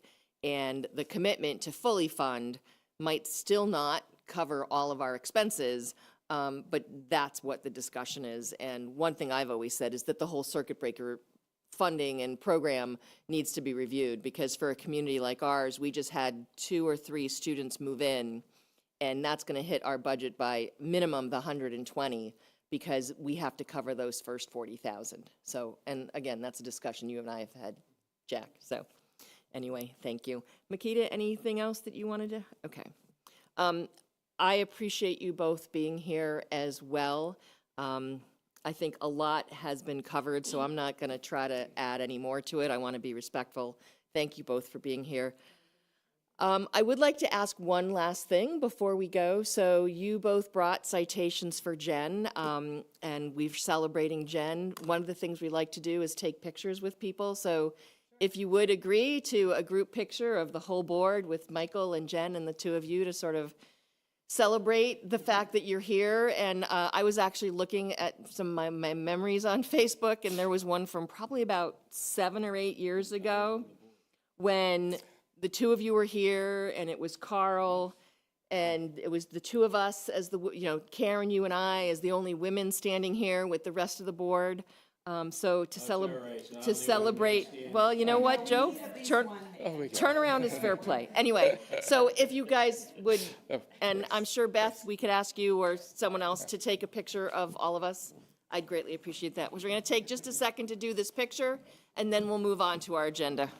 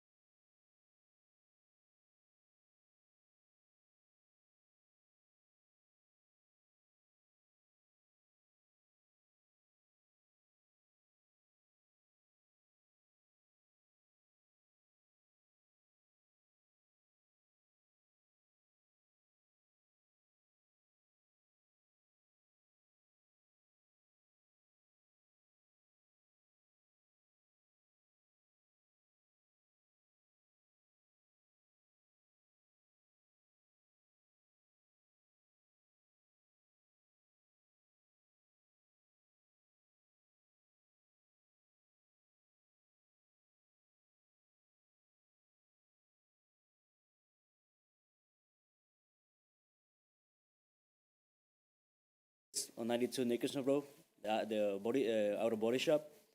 And we're gonna be partners on the dealer that we wanna open. You know, I'm gonna be the one, you know, taking care of the cars to repair them, have them ready, and also do the sales because of the language. You know, I'm gonna be the one taking care of that. He's gonna be the one taking care of finding the cars, you know, for us to do. We're gonna have 2 offices. One is gonna be one for just the dealer. We're gonna have another one just for the clients, you know, insurance and what else. And that's pretty much we just, you know, Okay. want the opportunity to be able to, you know, grow and yeah. Supporting business, we like to do that. Questions, comments from board members regarding the information? Joe? If I may, Madam Chair? Thank you. Appreciate that. Mr. Garcia, I took the liberty of going down Nickerson Road to take a look at the site. I always do that because Class 2 licenses are kind of important because we want to make sure that, one, they're reputable, and the location doesn't look like Sanford and Son. And looking at the location as it is, and I don't know what you plan on doing for work there, I don't know where one business starts and where another one ends. I see cars in somewhat disarray, some had their hoods up, some are parked in different locations and stuff. And I don't know exactly where your specific map and where your business is actually going to be located at 92. So you just said something about the fact that you plan on repairing the vehicles on site. Is that correct? Yeah, inside. Yeah, Inside. Inside the shop, inside the inside, and shop? we're gonna fix it there. Yeah. Okay. Because sorry to interrupt you. No, that's okay. There's another business next to us, but we have nothing to do with that one. It's a little one on the right side. Well, that becomes somewhat of a problem because there's really no definitive line showing where their property boundary is and where your property boundary is. So if they have vehicles there and you have vehicles there, it's hard to distinguish which one is yours and which one is theirs. And if someone was to go around like myself and start counting cars, if we give you a Class 2 license for 12 cars, and I go down there and start counting cars and I count 28, and you're over the limit of cars that you have been given the opportunity to sell, you're going to get a letter of, reprimand. So I think what you need to do is to make sure that there's a more definitive line as to where your boundaries are for your business. That for me would make things a little bit clearer for me. I mean, when we're the licensing authority, I want to make sure that everything's on the up and up, not only just for you, but for your clients, and for your neighbors around there and other businesses, because a lot of the other businesses are there, keep their places up, and, if you go down there, it looks like, the golden mile for, Class 2 cars.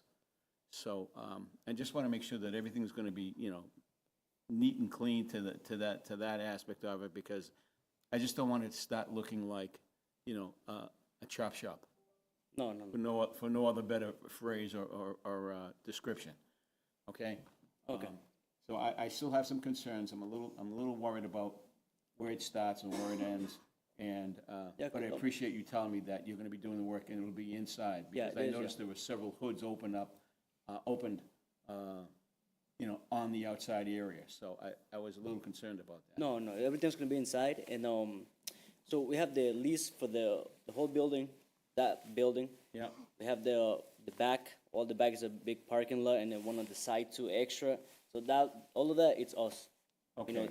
So both 92A and 92B? No. Oh, just 92A is you, Yeah. okay. Yeah, no, that one we have nothing to do with. That one I don't know, barely see the owner, to be honest with you guys. So No, I didn't see a fence on the back side of the building. I didn't get out of my car. I just drove around, and I didn't want to trespass on your property without you knowing who I was or whatever. So I just did a visual. So is there a fence that will, if you're going to store cars there to repair, are they going to be behind a fence, or are they going to stay open to to the line of sight of people that are coming in to look at your cars that are ready for sale? So the cars are gonna be ready for sale. They're gonna be all in the front. There's- All in the Yeah, front? all in the front. Okay. That's what we have the other, we just lease that one, the other space, so we can put, clients, not the one for sale. The sale, they're all gonna be in the front. Okay.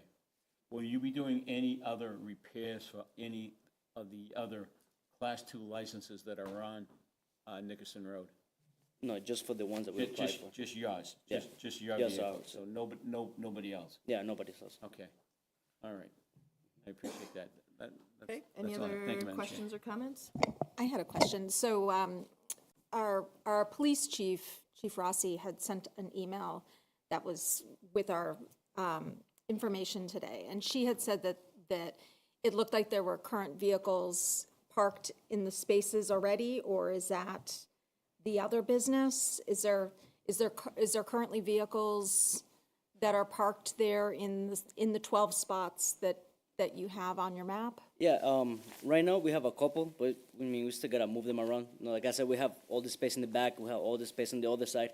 So all of that, we're gonna move all of that. We're gonna make lines for the parking spots for each car, Okay. to make everything look better.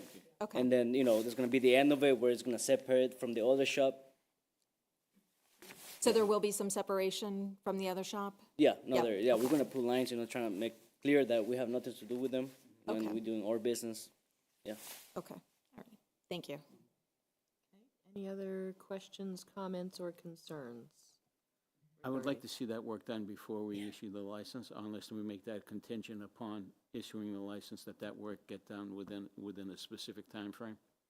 So the painting of the lines you'd like to see? I would like to see that. You'd like and to I would see the like painting of the lines done based on the map that they gave us? Correct. Before the license is Right. issued, okay? So that that's way we have something a better can- understanding of where Yep. your vehicle, what vehicles are who. And if you don't have any intentions of, blocking the back area from the road line of sight, and that's your decision to make. But in most cases, they usually block off those vehicles if they're gonna be there for a while. Yeah, the only thing I see for that is where they're showing they're gonna have the 1 through 10 lots are right on Nickerson. Right in the front. So I don't think they'd wanna be able to, Well, they put the wanna for sale showcase their signs cars. there, yeah, okay. Makita or Claudia, questions or concerns or any other things you'd like to add? No, I think my questions were answered, I think, for my colleagues here. Okay. Yeah, I was going to just say too that I'd like to kind of see it before or Okay. make it contingent. I thought that was a good. Yeah, I would just say that obviously you're hearing concern about what it's gonna look like and how neat it is and how you're gonna monitor the cars. Okay, is there any other deliberation that we want to add to this? No? Okay. The only thing that I was thinking about is, I'm not sure how much it's going to cost them to get it, ready, and then to be risking us saying, no, we're not going to give it to them. Would it be possible instead of, and, it's up to them, but if they wanted to take that leap and then risk, right? Or would it be acceptable if they were able to show us a design that we agreed upon? I'm not sure what anybody thinks Well, about that. I'm just trying to. So on the plans that they gave us, Yeah. there shows where they're gonna put it. And if you go to Google Maps and do 98A, I mean, that's the nice thing about having the computer in front of me, is if you look at Nickerson Road, you can sort of see that along the property line on Nickerson Road is where my understanding is the 1 through 10 will be, and then 11 and 12 will be on that side road, so that they'll be pointing toward Nickerson Road. Yeah, so 11 and 12 will be on the So driveway. not 1 through 10 would be there, and then 11 and 12 would be Yeah, here. I saw the. Yeah, so I think, I mean, You actually have yeah, it's in there as well. So, I mean, I understand that we want the work done, but to Claudia's point, I would say that my recommendation would be that we approve the license with the work that the work needs to be completed. Do we give it a timeframe? And when we go to, because they'll have to renew in the fall, if we can do a double check in the fall, that if the work hasn't been completed, that if the lines aren't there and it's not clear, the walkway and where the cars are, that we may not renew it. Okay. Does that make sense to people? Or do we want to give a timeline of 3 to 6 months now? Well, the fall is. Well, the fall, 6 yeah, months, that's what the I timeline mean, is, so I'm The okay with renewal that. happens in November, so. Yeah, I think that's acceptable. Okay, and no other deliberation or? Okay, if I can get a motion to close the public hearing. Oh, actually, hold on, before I do that, is there anyone online or here that would either like to speak in favor of or against this? Is Sue still online? Did we get any emails or anything? I'm not seeing Sue. Oh, there she is. Sue, did we get anything on this? What you got was the stuff from the fire chief, Okay, talking about all the cars that are in the back of the building, and Okay. then along the side, he was concerned with having access. okay. Okay, Great. that's a good question. So, Mr. Garcia, the fire chief had a concern about the vehicles that you were parking out back of your building. You're gonna have to make some access way for the fire vehicles to be able to get to that location, should there be, God forbid, ever an incident where fire apparatus has to get to the back of your building. And as of right now, the fire chief says there isn't proper access for that. Yeah, And he actually took pictures. The concern is that, are those his cars or are those to the other Well, business? Mr. Garcia just said that behind that building, those are your vehicles, Yeah. correct? Right, okay. Okay. So Yeah, should there be a limited number of vehicles back there? I mean, how do you handle that? I didn't go on your property, so how many vehicles can you guesstimate are out back there right now? I would say around 10. Around 10? Yeah. Okay. Do you plan on storing any more vehicles there other than just 10? No, for right now. But either way, like I told you, that we got the other space right next to it. I don't know if you saw it. There's a lot. We leased that one too, so we're gonna put in cars Okay. there. Again, Yeah. because of what you provided us, I can't make that Yeah. determination as to where that is and the other property owner. Okay, Yeah. so.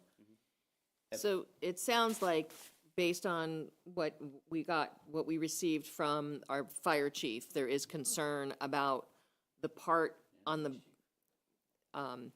the other side. So if you're looking at the property map, you have 92A and then 92B, right? And if Nickerson Road is here, we have a plan for this part, but there's no plan for that back parcel around the 92B building. And you're saying that lot belongs, you're using that as well. So, in that part, because the building divides right with it, where it starts the other one, it starts my building. So, Right. that part that goes behind it, when you can get out of there, that one, it's not ours. It's the other business. Okay. So the one from the half to this side, it's ours. Where the cars are, that's ours. Okay. Susan, 92B is also some kind of car Yes, it is. Class 2 license, correct?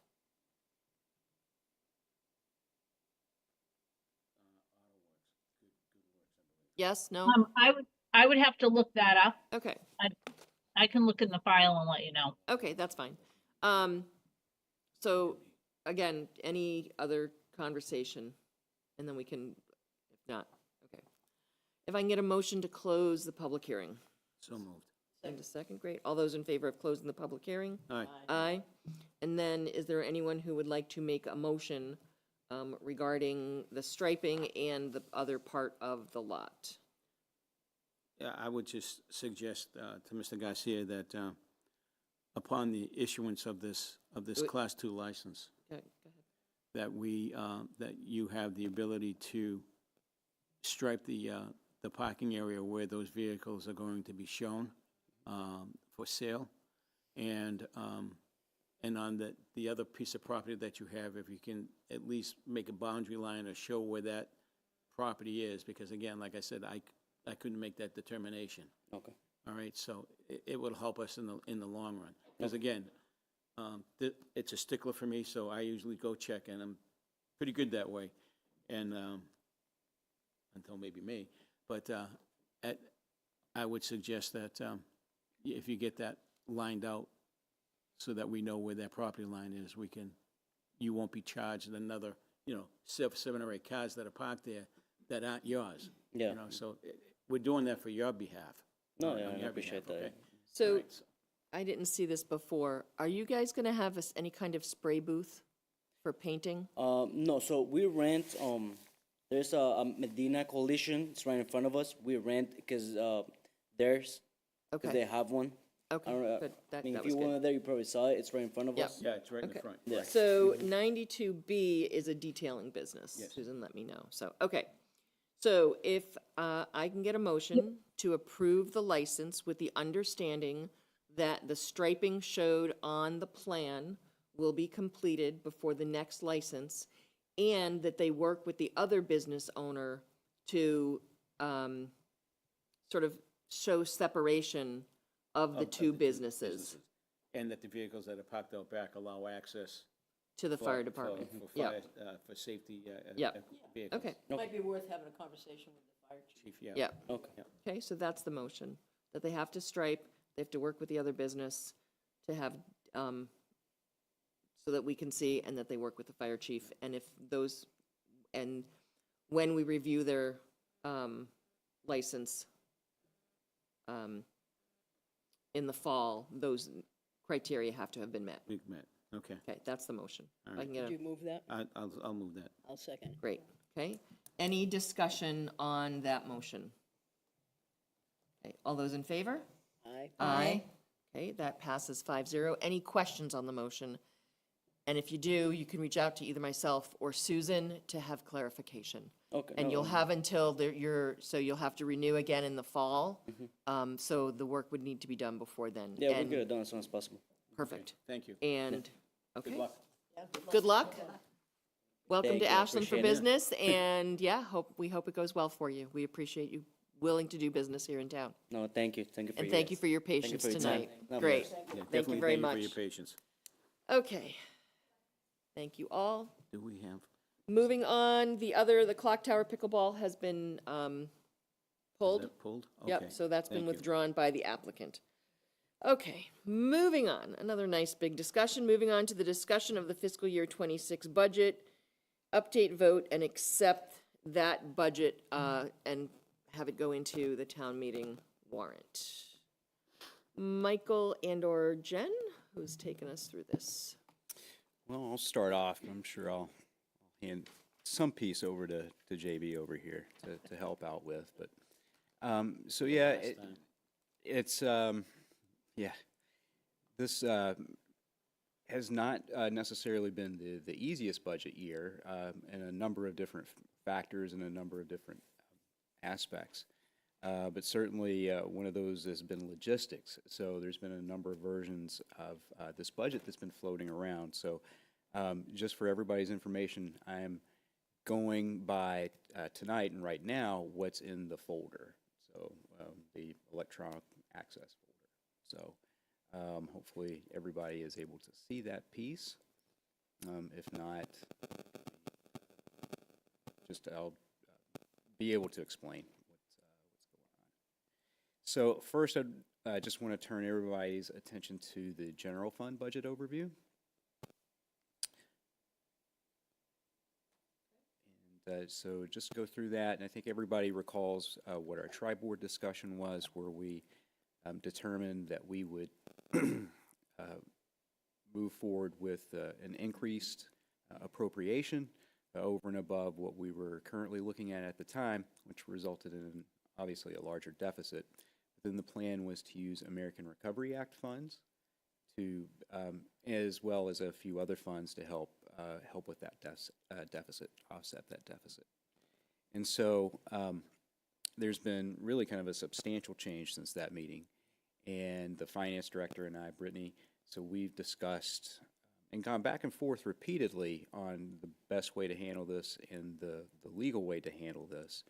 And so she is recommending that instead of going through ARPA or trying to appropriate free cash in the future to help offset the budget, we go ahead and go directly to the General Stabilization Fund and do a transfer from there in at the town meeting in May.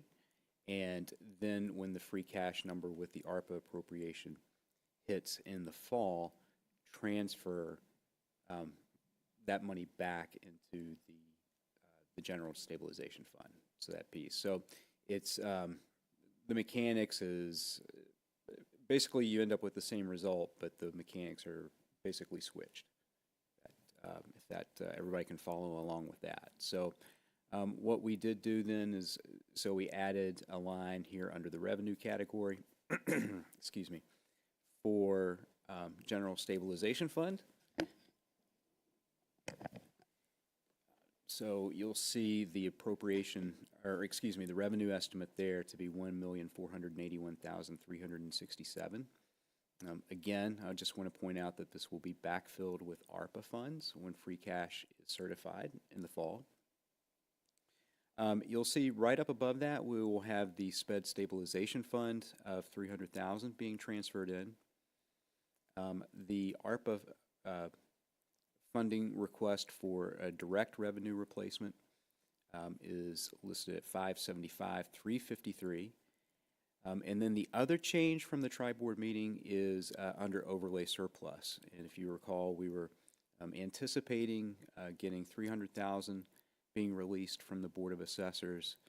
When they met today, they decided to on an amount of $150,000. So that was something that we had to account for as well.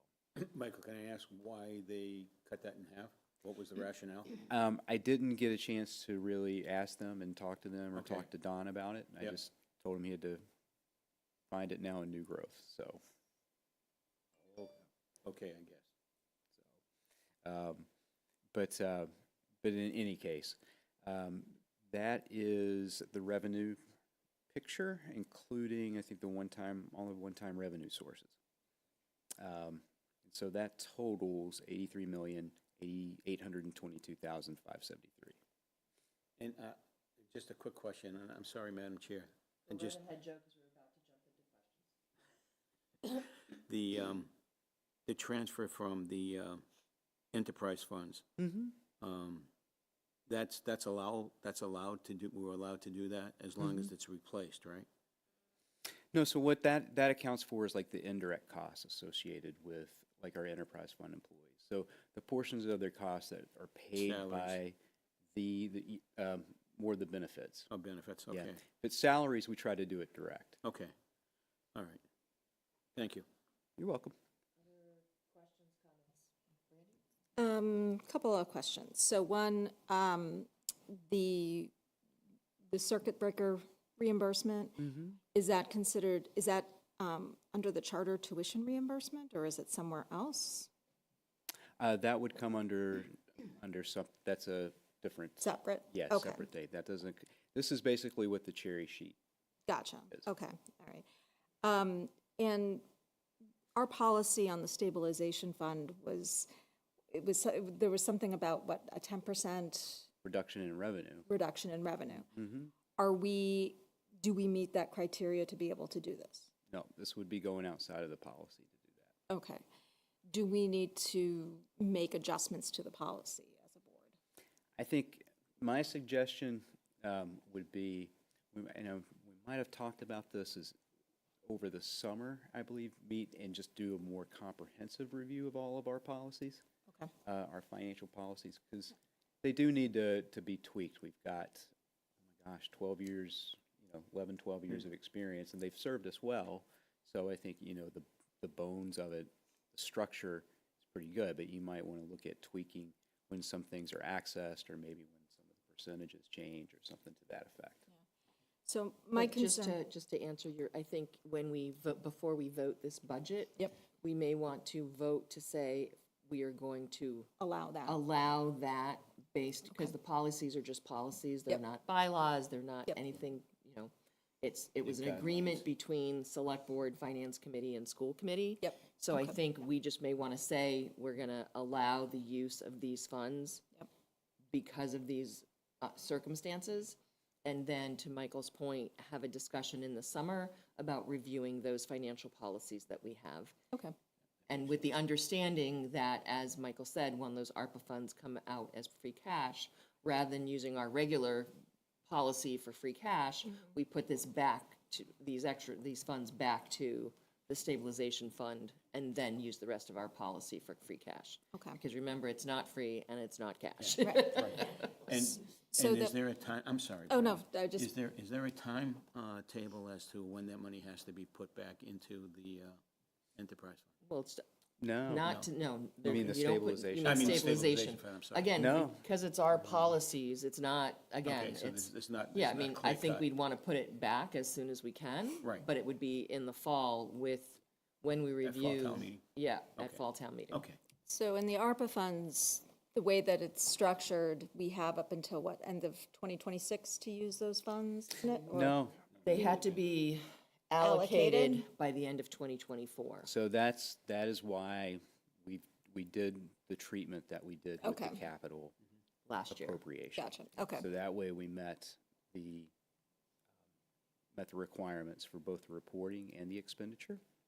And so when that falls to free cash, that is basically, I don't want to say free money, but it means it's unencumbered is what Right. I And if it, after the conversation with Karen and Jack, I would expect there to be some changes in our budget at some point in time where we have to adapt and possibly make some other decisions. That's a good way to put it. So, I know we consider the stabilization fund like our rainy day fund. If there is a situation where things change, are we able to, like, I'm just trying to think through sort of logically what that would look like, if we would need to make cuts, if we could use more of the stabilization fund, if we could utilize other one-time funds to be able to cover those gaps. So that's more of a theoretical question, but because we don't know what that's gonna look like. But, I get a little worried about using the stabilization fund now because I worry that we're gonna need it. We're really gonna need it. So, I'm a little concerned about that, that's all. Yeah. I am as well. I think because we have these American Rescue Plan Act funds that we know we're gonna be able to put back into it, because we were gonna try and use them for this one-time funding, I think we'll be okay. But to your point, we are gonna have to look at it in the fall as we see see what happens at the end of 2025, as we go into 2026. One of the things that I've been hearing from different legislators and is that they think 2026 might not be too bad, but we're not sure. Where we may really get it is in 2027, fiscal year 27, as we start planning for that in the fall. Yeah. What is that gonna mean as potentially either more cuts or the budget Yeah. from the federal government? And because we've allocated the ARPA funds the way we have, those are safe from being clawed back? Under the regulations, when that was done, yes. Okay. But we all know things can change. Okay. Okay. Claudia? So, I guess a couple of things. I guess I maybe need to sit with you, Michael, because I'm not really clear. Well, first of all, let me just say this. Why did Brittany want to take this approach? I'm not sure It's strictly from a legal perspective. okay. All right, well, that's a good reason. Yep. And then, yeah, so anyway, so I do think I need to sit with you and go over a few things. So in terms of one-time funds that we're using here, could you just quickly highlight which ones those are for me? Sure. The one-time? Sure. So overlay surplus Yep. of 150,000. Yep. American Rescue. Oh. Sorry. American Rescue Plan Act funding. So the revenue replacement piece. Yep. and that's 575,000. Yep, you don't need to tell me the numbers, because I, Oh, okay. Well, And, actually, why don't you? Because Okay. unfortunately, the public probably does Yep, not have yep. this document like we do. yep. and then the Special Education Stabilization Fund of $300,000. And then the general And the General stabilization Stabilization Fund of the 1.4. 4 million. Right. I just want to kind of be able to total those up and see what that number is. Significant. Yes, 1.7. very significant. 2.3 million? Round numbers? Yeah. Any other questions or comments, Claudia? I don't think so, thank you.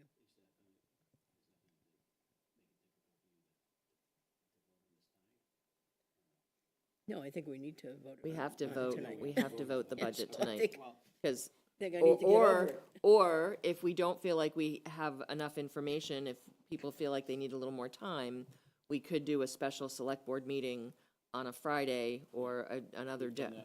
We've done that in the past, if people are not comfortable voting the budget, if they have more questions. No, I think I would still like to sit with Michael and just Yep. hash out a few things. Makes but, sense. Makes sense. I think that, you know, I know Bless you. where we are, bless you, and what we have to do to get the budget, and I know that I'm not looking to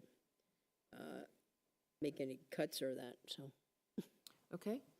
Makita, any questions, comments, or concerns? No? Joe, you good, or did you have? I like the answer. Yeah. Legal concerns, yeah, I just don't want it to go back to bite us. No, and I mean, of course, I thought my approach was legal too, and then when we went to Lisa, she was like, I can see both sides on this one. So I was like, okay, well, then let's just. In the school committee, it was already accounting for it being 100% funded, the circuit breaker, right? In their numbers? I believe so. That was discussed at the tribe.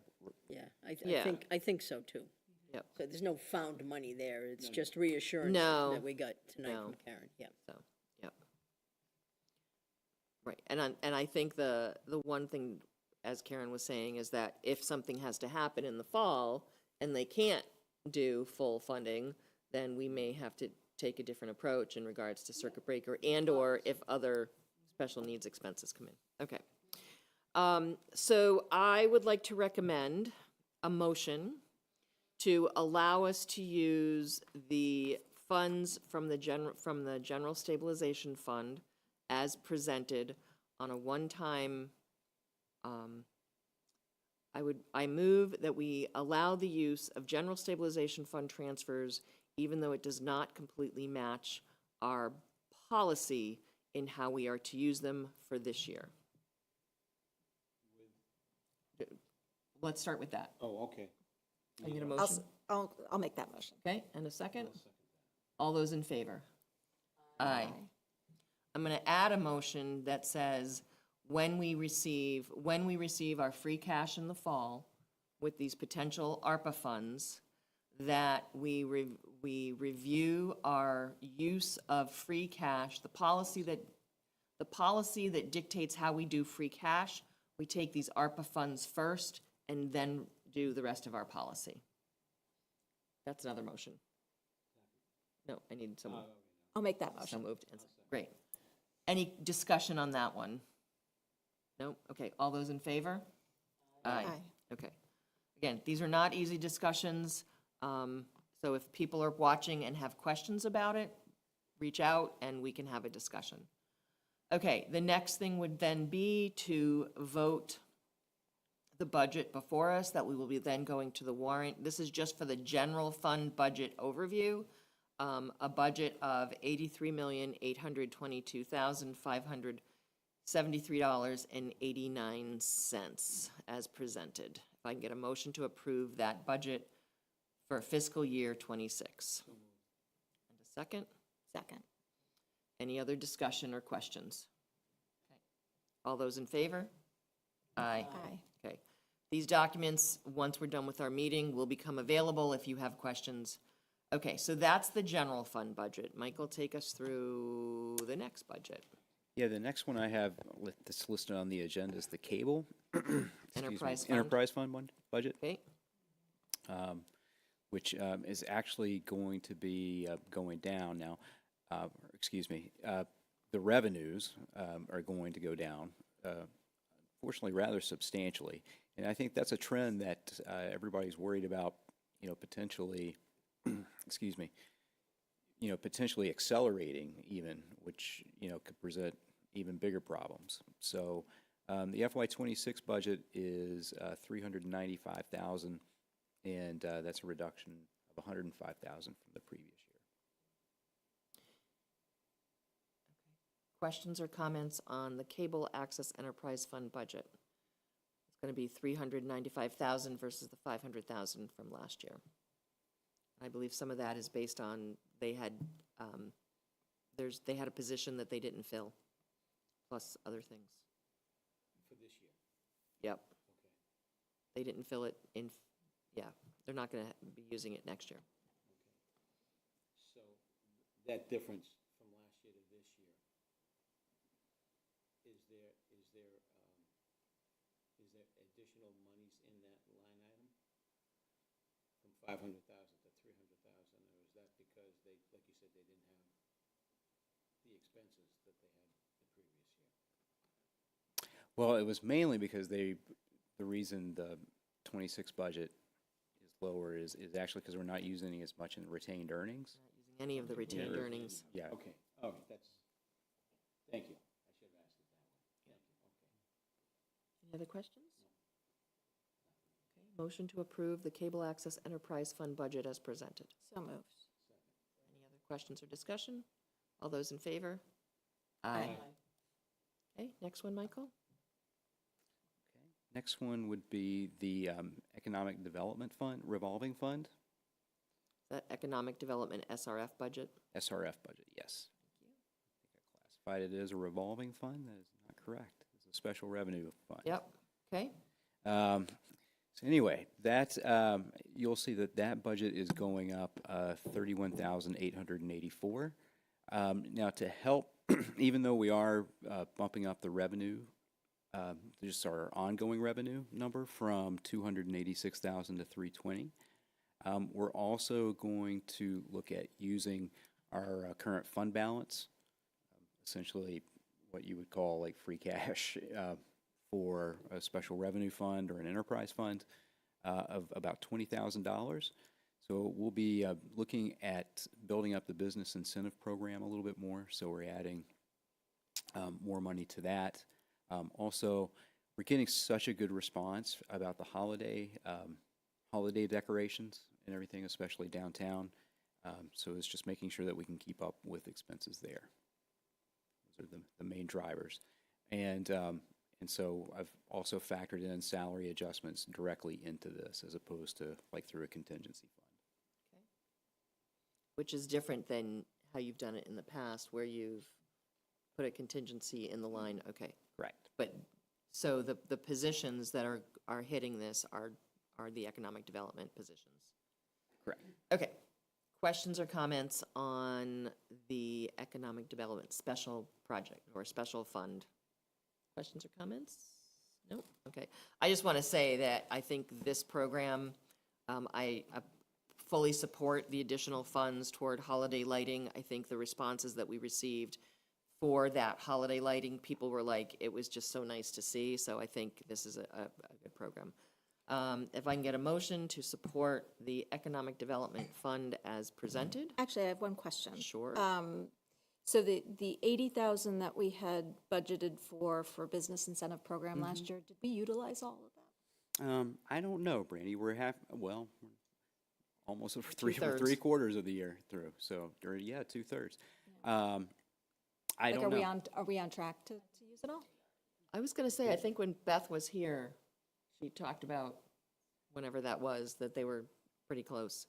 So I would say that it would be good to get a budget couple versus lines, actual at yeah. some point to review this. Okay. 'Cause I think it's a really great program, and it's helped so many businesses that have come into Ashland, and I definitely want to, I think that putting some extra funds towards that is a very good use of budget. I just want to make sure that it's being utilized. Yeah. So once again, if I can get a motion to approve this Economic Development Fund budget as we reviewed. So moved. All those in favor? Aye. Thank you, Michael. Next one? We'll move next to the FY26 Fields budget.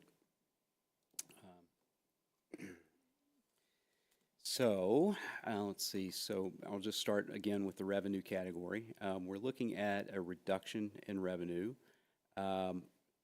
Just in total, we're actually going to look at a little bit more of an increase in the field rentals by about $5,000. But the good news is that we're not looking to use as much in retained earnings. So we've gone from 55,000 down to 30,000. But again, that lowers our total revenue amount. Do we know from field rentals that I see a budget of 85 for fiscal year 25, what it is in regards, like what's actuals right now? If not, I think it would be good to Yeah, I don't have get it right off the that. top Okay. of my head, but I mean, I would say that it would be good in general to get an update on all these budgets, where we are actuals versus these budgets. I see an increase of 5,000, which isn't a lot, but again, for field rentals. okay. And then, so you'll see just on the expenses side, you'll see, excuse me, a bit more in salaries, and then basically offset by a reduction in the capital expenses. So that would be taken directly out of that budget as opposed to our What capital. positions are covered by this? So we have 5. Excuse me, I'm thinking about cemetery, parks, and trees. No, I yeah, apologize. there's no way that's covering 5 people. No, I apologize. Maybe partials, but Let's see, that includes 1 and now 1 1/4. Okay. So 1.25. okay. Great. Any other questions regarding the Athletic Fields Enterprise Fund? The only thing I wanted to mention, because we talked about it at our tri-board meeting, and part of the reason that we were able to allocate ARPA funds to the general fund was because money that we had initially set aside for the 2 turf fields for maintenance. I know Mr. Adams talked about sort of like long-term maintenance of a lot of things through Ashland Public Schools. The fields are definitely one of them, that they are both coming to the end of their useful life. So I just wanted to just kind of state, the entire budget for all the revenue coming from the field is $120,000 a year. We are going to have to figure out long-term how we're going to be able to pay for the capital improvements that we're going to need for maintenance of those 2 turf fields, plus probably other fields as well. I just wanted to just mention it because we were talking about the enterprise fund, and I think it's worth the discussion because, a lot of capital things that we're going to need to spend money on, we're going to have to figure out a plan for. To that point, one of the things I'd like to do in an upcoming meeting is really talk about these one-time funds and what they were originally planned for, so that we really have an understanding of what we've had to, not do so that we could balance our budget. I think we do it as if it's just extra money laying around and didn't have any other purpose. And I think that is a disservice to all of us to not really spend some time looking at what is getting left behind because of Deferred. Yeah, I actually watched some of the school committee meeting last week, and they had their budget hearing, and there was conversation about the fields. There was conversation about the middle school gymnasium, where apparently at least one student got injured there this year because of the condition of the floor up there. So, so I just want to make sure that we have a good conversation about. Well, I mean, part of the discussion, and not, we can't always go back, but it's sometimes good to go back, right?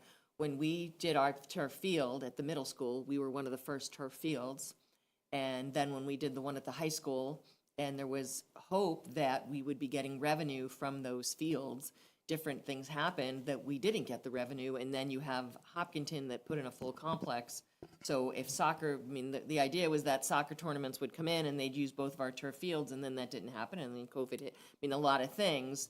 And originally, to your point, Claudia, we had said these ARPA funds, we would put $1 million aside to do the 2 turf fields. And then we started having to use it for other things, even, you know, day-to-day budget stuff. So I agree. I think we should definitely have a review of what we originally said we were going to do and where we wound up having to use them for other things. Right, and I So- think, I mean, I don't have a long-term history about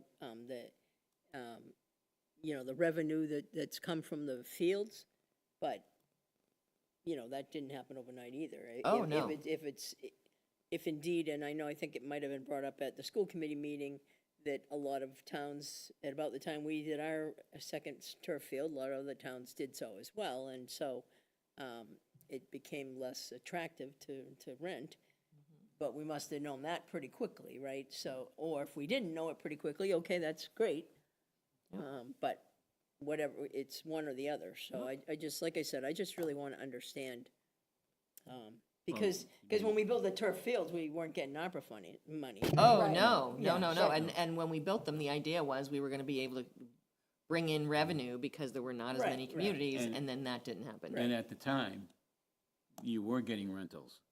But because of an individual who had the position. Yeah, of let's main- not, we don't need Well, to go no, there. but you want to know why there's no money in there. The reason is they never called back the individuals that wanted to rent out the locations. So you lost revenue there. Yep. Let's call it like it is. It wasn't because of poor financing or we didn't have the ability. Not saying that, Joe, Okay, but but yeah. I just want to make sure that people that are out there understand that, you know, people were supposed to do a job and they didn't do it, and we lost money as a result of it. So why don't we plan to put it on an agenda for the summer, like Yep. at post-town meeting at least, and then And once I we think get through that. we need to, that has to be brought up at town meeting too, right? When Michael does his presentation, I think that there has to be some conversation about these funds and how they, Yeah, what we they were don't- intended for. Really, I mean, there's 3 pieces. There's what the government intended that we do with them, which I'm not sure what that was, and then what we intended to do with them, and ultimately what we've had to do with them. So I think that's a good little bit of history. Okay. Yeah. Okay, motion to approve the Athletic Fields Enterprise Fund as presented. So moved. All those in favor? Aye. Aye. Okay, where are we going next, Michael?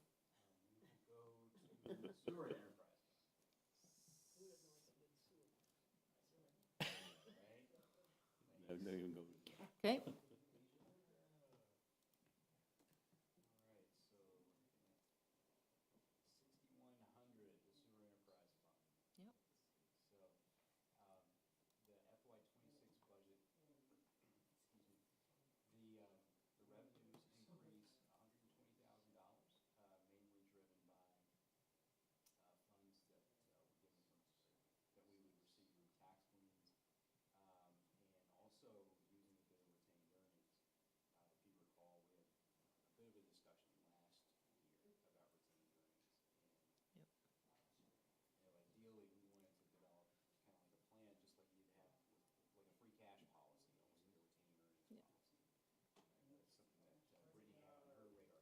Well, I think my mic Your was mic off. on?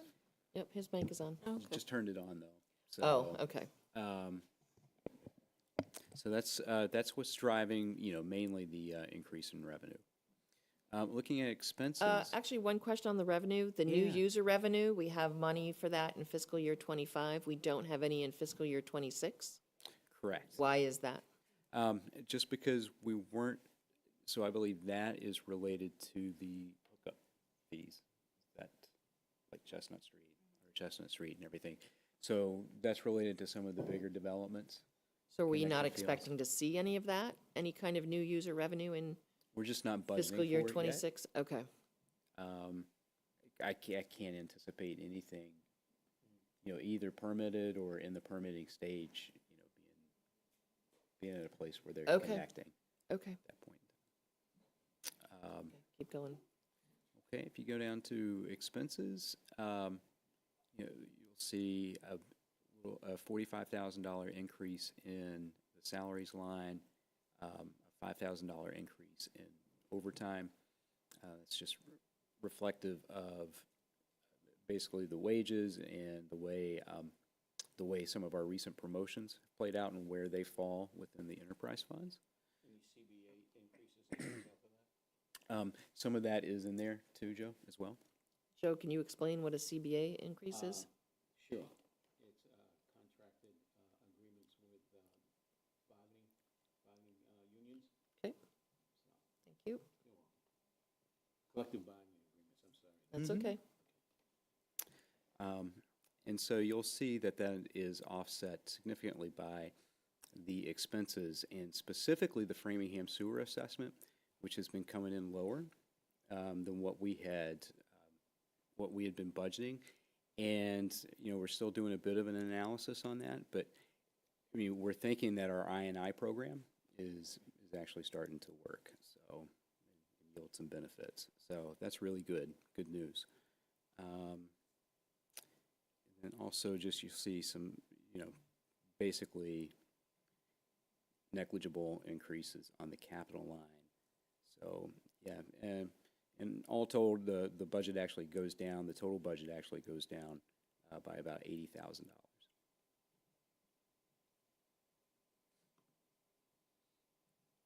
Any questions on the sewer enterprise budget? Seeing none, if I can get a motion to approve the sewer enterprise budget as presented. I was going to say so moved. And a second? All those in favor? Aye. And that passes that. Stormwater Getting through or it. water? Where do you want to go next? We'll go stormwater. Okay, Just got 3 more to go, folks. yep, I know. So it's good to do. a few, it's a Yep. few. Okay.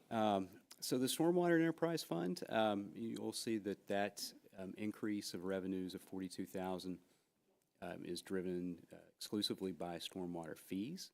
We're actually going to be using less in retained earnings, so pretty. And are those fees higher because of what? Well, not because of a change in fees, just Okay. our collection strategy, or Okay. we're anticipating more collections. Okay, The salary line, you'll see that increases slightly. I think that that is due primarily to salary adjustments, again, similar to what we had with the sewer and what we'll see with the water enterprise fund, the way Okay. some of those recent changes played out, excuse me. And yeah, so I think that's basically the large items, the large changes. So you're actually seeing an increase of 12,500. so I'm seeing at the bottom of that we have a surplus, or is that a deficit? I can't, So basically, it's just accounting for if there is a surplus. If it was a deficit, it would be in parentheses. okay. So why a surplus? I mean, it's good, but, okay, so you're saying we're not gonna have as many expenses as the revenue that we're budgeting for? Correct. Okay. Do I remember correctly that there was some state regulations that changed for stormwater, like, is it MS4? MS4, Yeah. yeah, so those are upcoming. Oh, those are upcoming, And so, so, yeah, that's going to have a pretty significant impact. And so, the question is, well, budgetary impact, things would get fixed, and things would be prepared for. But, who knows how federal regulations are going to be, especially through the EPA, are going to play out over the next year. And I know, DEP at the Massachusetts, at the state level would love to carry them out if the federal government can't. We'll just see how the federal government approaches it. And just to clarify, so the Stormwater Enterprise Fund is a new thing, or a couple, 4 or 5, 6 years? That's, yeah. Okay. Because I know people ask, well, why are we putting salaries against it? And if you could explain just a little bit about what hits that and why, that'd be great, Okay. if you don't mind. Yeah, so the salaries line pays for, basically the employees who do the work related to stormwater maintenance. And so maybe there's a question, what does that entail? So, things like culvert maintenance is a very large thing. Stream maintenance, manhole covers or manholes, basically that entire infrastructure. The outfalls, so where, all the stormwater that is collected in the overflow, that gets dumped out into the river, all of that stuff, where are those mapped out? Because those have to be tested for certain, contaminants, minerals, things of that nature. And a Hopefully lot of that's that was put sufficient. into place because of, MS4, we're going to see even more, but it's been in place for a while. Correct. Right, This the was permits, yeah. Yeah, this was done in response to the new MS4 requirements. So it was essentially an unfunded mandate. We've heard that. Great. Any other questions? I was just going to say, so are we expecting expenses to be higher than this because of the MS4 changes, or is Potentially in it? the future. Okay, Yeah, not with this budget. not but, with this budget, okay.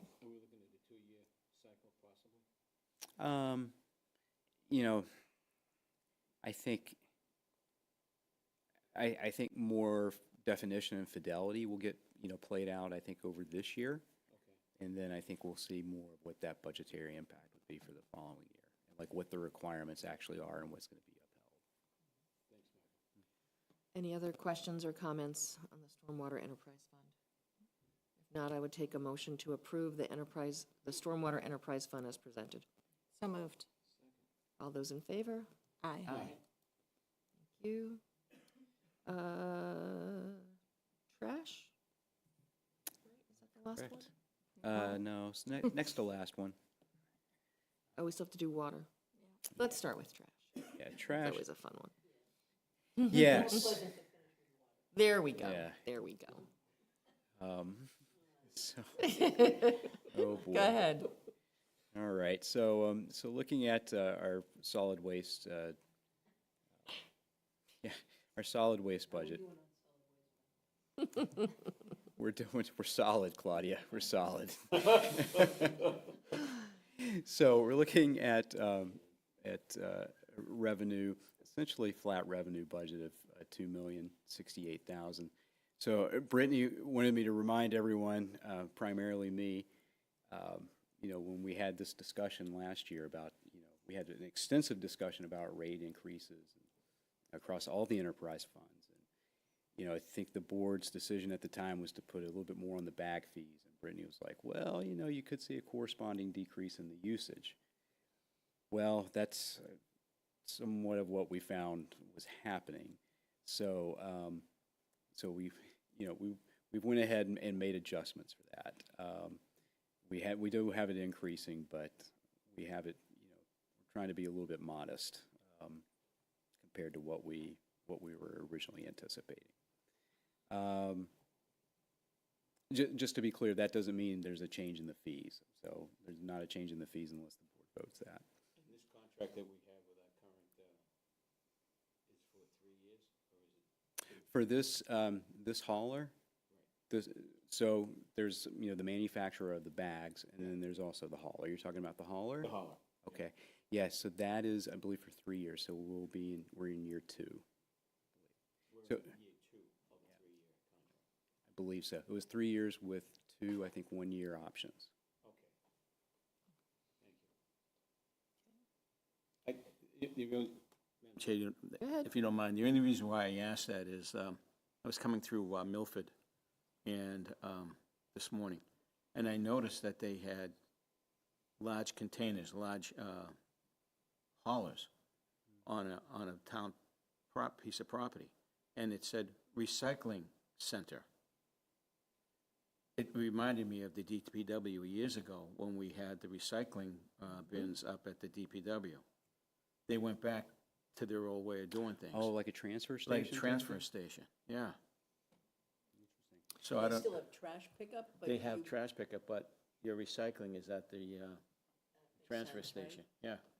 Though I would bet our sustainability committee would say that by going back to that, our trash would increase.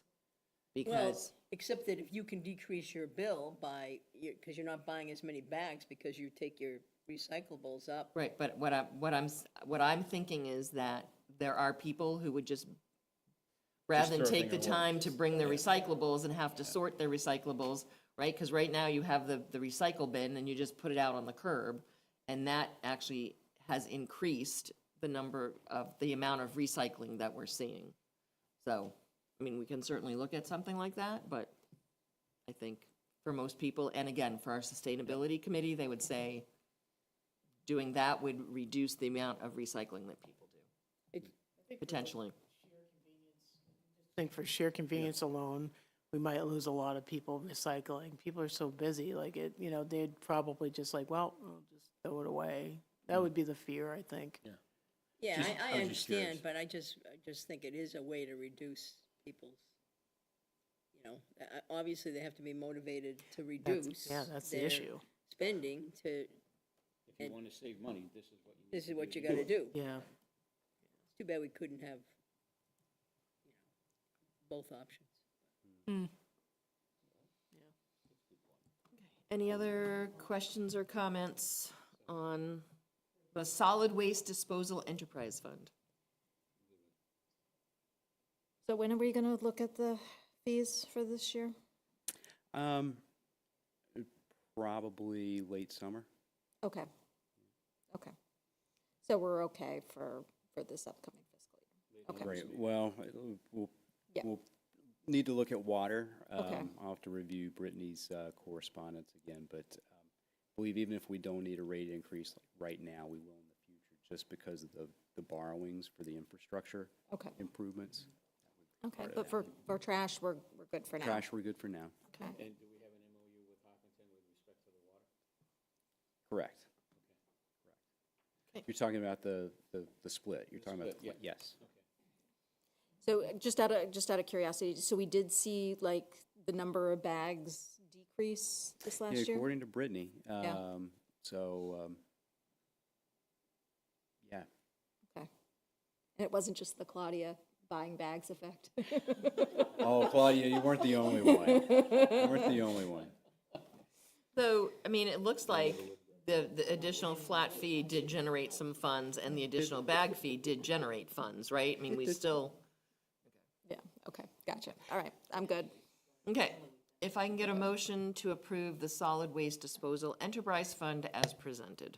So moved. And a second. All those in favor? Aye. Okay. And now water? All right, so looking at this, I'm not going to end on the best note, but prep everybody for that. So again, just looking at the revenue sources, we're going to see, excuse me, an increase in, just a slight increase in the water user charges. We are budgeting for pretty decent increase for irrigation charges. And then we're also planning on using a decent amount of retained earnings this year. And again, this is kind of in line with the plan that Brittany had presented. So that's a total of $3.9 million, which is almost a $600,000 increase from the previous year. And the irrigation charge increase, is that because we're increasing our fees, or we're getting tougher, or more people are looking to do irrigation? More people Okay. doing that. So moving to the expenses, I mean, really the primary driver of the expenses line is the capital costs. Specifically, you'll see that Brittany's broken out that new debt authorization for $692,000, which is a $407,000 increase. Again, that's related to some of the stuff that we had talked about and that we have in the warrant. So like the ozone and then the water main replacements. So I think that's, right there, $5 million of it. Any other Go ahead, Joe. Question, we had a major water break a Mm-hmm. couple of days ago. How does that get reimbursed? You know, the piping, the equipment, man hours, to do the work. It gets paid out of the budget. Well, no, I Yeah. understand that, but what line item would that come out? Is it an emergency thing, or is it just? Yeah, part of it depends on, if you're referring to High Street. Right. I think there was, some overtime costs involved. So, but they also went well into the day. So like their regular salaries, OT. Yeah, okay, Equipment, obviously equipment costs.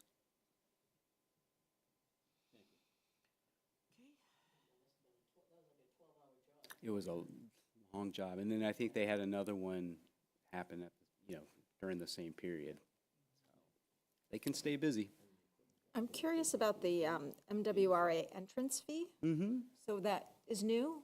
Yeah, so that's in line with with what we have to pay, when we join the MWRA for the supplemental connection. Okay. So it's no interest. So it's essentially amortized over a period of years. And it's for, I believe, 300,000 gallons a day, average 300,000 gallons a day. And why are we only seeing it now? Didn't we do that in 25, supplemental? Yeah, but it didn't come in, well, actually, it was in there before, but we didn't get the invoice until. Okay, until and is this that year. now an annual fee, or? That'll is be that- an annual fee, I believe, for 20 years. Okay. Whether we use it or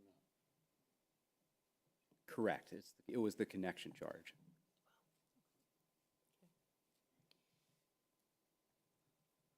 I wonder sometimes, and I know this is a policy, and I know we, made decisions, is that if we're paying that entrance fee and if we do find we're having water issues, do we want to review the determination as to what turns on our MWRA connection?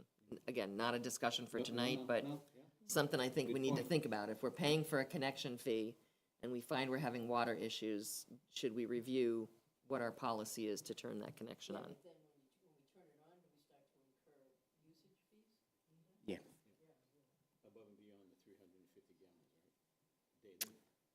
Daily? No, so there's like a water use charge as well. So the 300,000 is the permit, essentially. So what you're Oh, allowed to. that's the permit fee for the Correct, to allow that to happen. But don't we have something like budgeted for if we need to use those resources or not?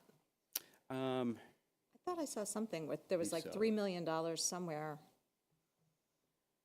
I mean, is Yeah. that under contracted services, or, I would think we would budget something for the fact that we may have to use it, and then if we don't use it, it would come out as free cash, or it would go down to, a surplus at the end of the year? Or do we not do that? I don't think we do that. Oh, okay. So if for some reason we do We need have to turn retained on that, earnings. if we need to turn on that connection, we would have to pull it from we don't have that in our budget. Correct. So like we would have to access retained earnings or something, look at raising rates or do something, make cuts. There's a number of different ways to skin the cat, basically. Okay. And the 230 share that comes out from Hopkinton, if we have rate increases, I see that it's still the same that it was in 2025, is now the same in 2026. If we had rate increases, why would that still be the same number? Because I don't know if we did that in effect for this coming fiscal year. And their number has gone down? Their fiscal '24 actual is higher than what we budgeted? Is that because things that they've changed, that they're not using as much water, or? Could very well be. Okay. That's kind of the push and pull with with the water rates. If you make it too high, people start conserving more, and so you don't necessarily bring in Right, as much revenue. So it becomes almost an art as it is a science, just to try to. That's when we had the water ban. We Right. lost money. True. Because people weren't using it, so Correct. we weren't paying for it. So, and just because it was in my brain, so we were talking about I knew I saw somewhere where there was a $3 million expense for MWRA. So that's in the sewer enterprise fund? Is that separate? So the sewer, so yeah, you'll see an MWRA fee for basically the process, the sewage. So Okay. that's what we Gotcha. pay them. Okay. Gets transported. So this MWRA fee in the water fund is for the connection. Okay. Okay. I just wanted to kind of understand the difference in what they were for. Correct. Which is why, over the years, we've talked about what could we do about either creating our own wastewater treatment plant here in town. I remember my first year, it was a conversation that we had, and we had a great, but I know that that also has its implications. It so. does, but at the same token, at Yep. least, we could have a plant and we're paying for it, and we could have other towns utilize the same thing and generate revenue. Okay, any other questions regarding the Water Enterprise Fund as presented? If not, I'd like, if I can get a motion to approve the Water Enterprise Fund as presented. So moved.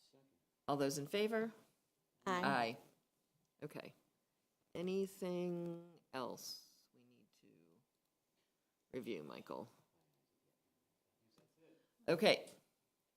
Do we need to take a vote? No, we've already voted the full budget and and the separate funds. Okay. Any other votes that we need to take on the budget? Okay.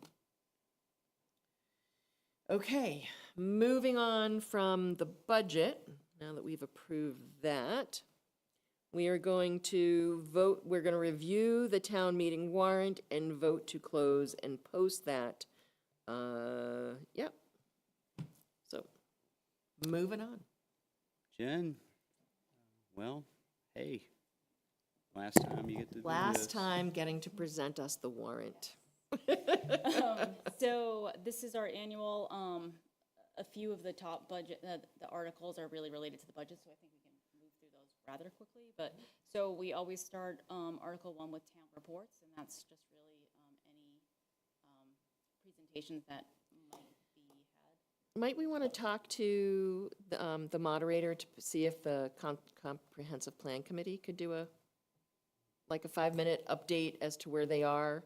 It's one of those things where we voted those funds at town meeting, and, I mean, I know we're looking to possibly present a comprehensive plan by fall town meeting, but would it make sense to see if we could present something? Thoughts? Check with the moderator and see what we can, okay. There's a meeting tomorrow night anyway. There's a meeting tomorrow night, so we can. He's pretty responsive, so I can reach out to him. Okay, that'd be great. And then that way we can discuss it and then see. Okay, thank you. Article 2 is the transfer to the General Stabilization Fund, which you just discussed. Article 3 is transfer from the SPED stabilization account, and that's the $300,000 you also just discussed. And then we'll go over the, Article 4 will be the fiscal year 26 budget.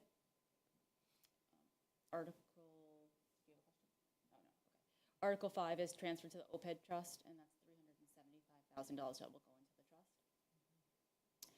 Article 6 is our normal general consent article that goes over really sort of contracts, grants, if we had lease agreements, and then gives us the maximums for all of our revolving accounts, which is always in the motion.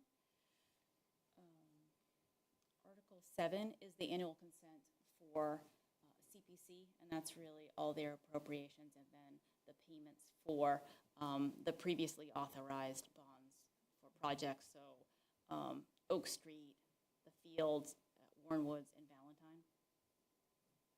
So is that the $900,000 that's the remaining after all those? That's what's current, that will be what's in the undesignated. Right, so after all the other ones, yeah. Well, that's a pretty substantial number. Yeah. And they're actually putting forth 3 new funding, so articles. So Article 8 is appropriation of $500,000 to create the arboretum at the former site of Cadillac Paint, which I think we've previously discussed here. Article 9 is $110,000 to digitize and preserve historic records, and that will be done through our clerk's office. Article 10 is $60,000 additional funds for the Ashland Dog Park. So we went out to bid. And the bids came in a little bit higher than anticipated. So to make sure that we have enough for contingency and to make sure that we have some of the requirements for the Stanton grant, this is $60,000 to support that. Article 11 is an acceptance of a state law that will allow us to capture new growth through the end of a fiscal year. And that's sort of an older act of 1989 that we'll be accepting. It's a local option. Article 12 is to authorize additional funds. So this is a previous authorization for borrowing for the water treatment plant that we discussed for the ozone system. They're in the process of engineering and have realized that it will be an additional $2 million in previously estimated. So we had previously authorized $4 million for that project.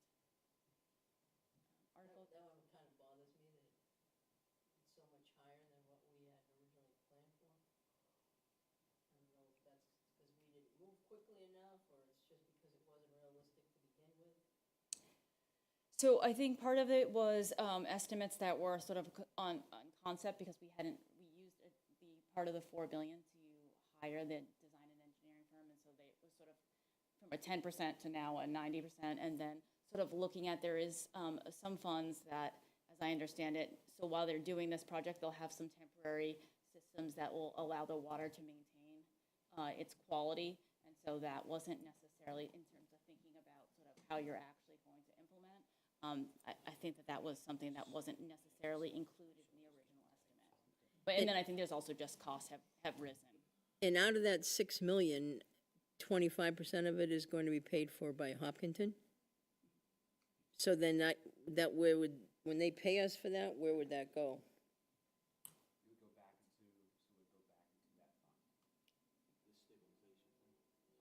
No, enterprise. Put your microphone on and talk into it. Yeah, I think, the cost escalation through the design phases, I think that's happened with every project. The small ones, the big ones, public safety, Mendez had the same thing. It's just as you start refining the design and people start adding all their needs or their nots. That's what the cost starts to grow and grow and grow. And of course, by the time you get the design done, it's a year later. Costs, as Jen mentioned, costs go up, et cetera. So will we be borrowing that entire amount or just a portion of it? Yeah.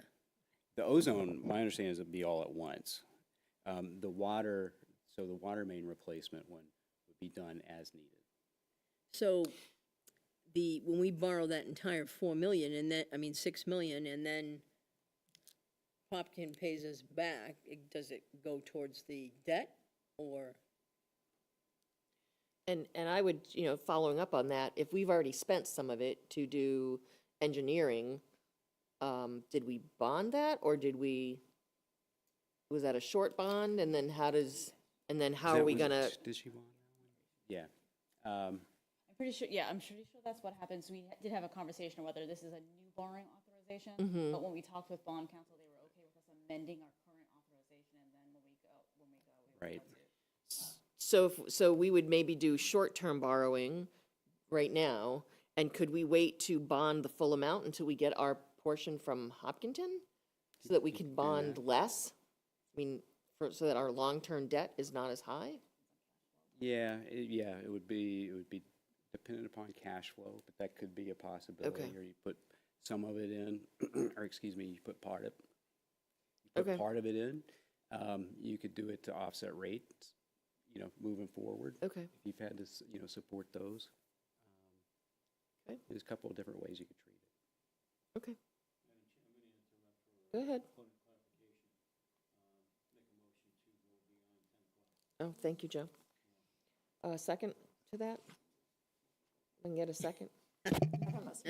Second. I understand that, but. Second. Okay, all those in favor? Aye. Okay, thank you, Joe. Claudia, any other questions on this article? Anyone else? Okay, keep going, please, Jen. Thank you. Article 13, Michael just sort of mentioned this one. This is also, this is amending a previous authorization. So at our last town meeting, we had approved $1 million.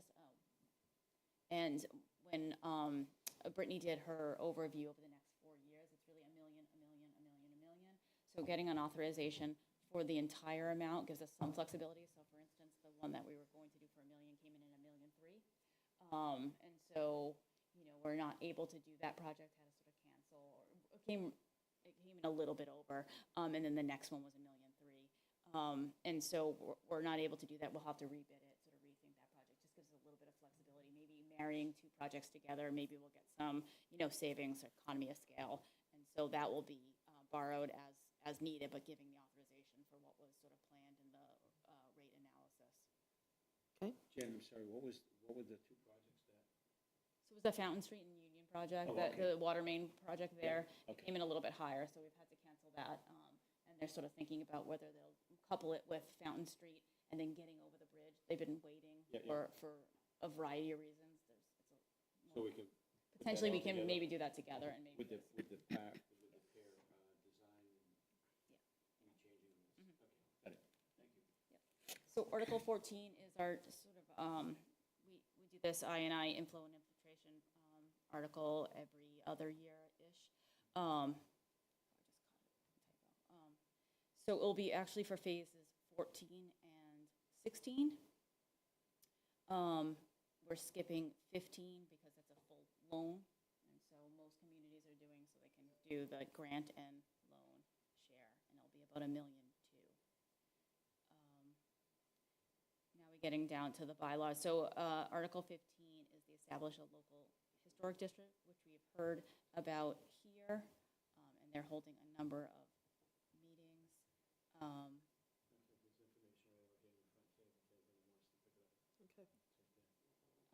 Article 16 is a land taking on Pond Street as part of the Upper Charles Trail.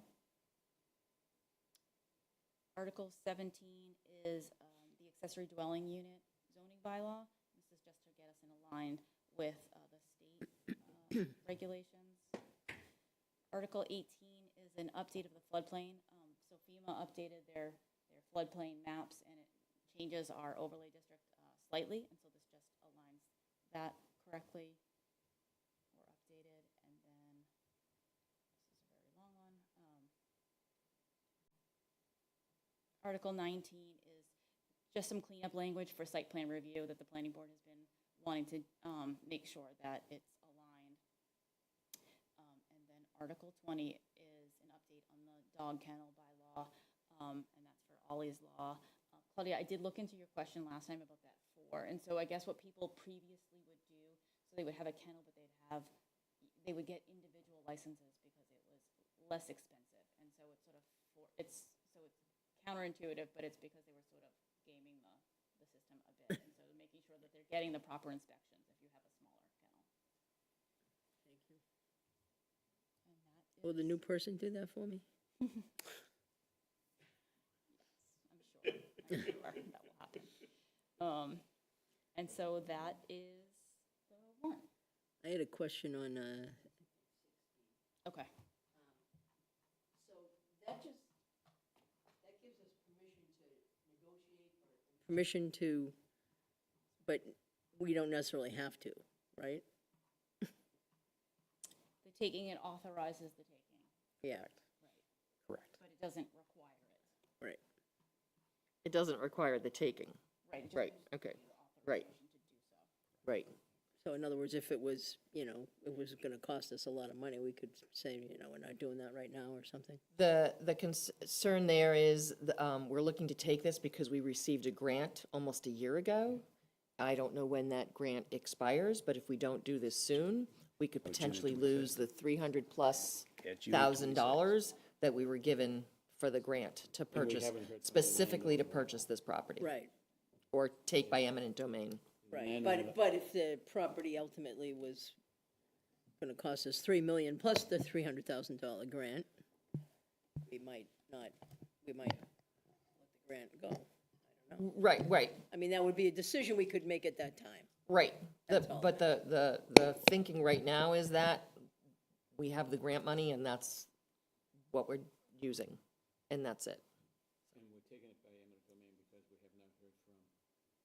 Well, interestingly enough, he did reach out. Oh. Amazing.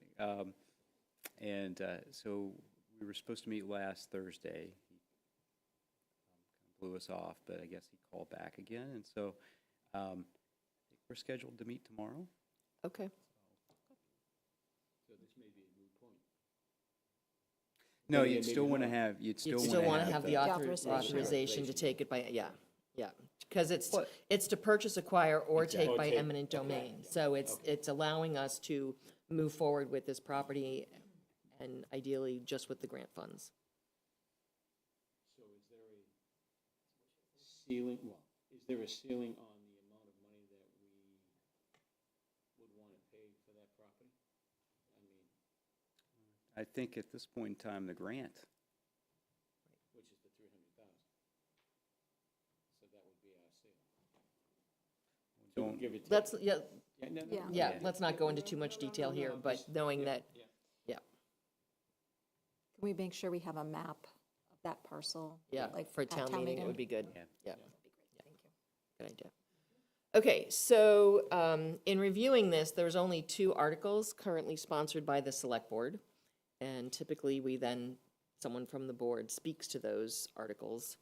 Unless there's other articles that we feel we want to talk about, I mean, I don't know, thoughts?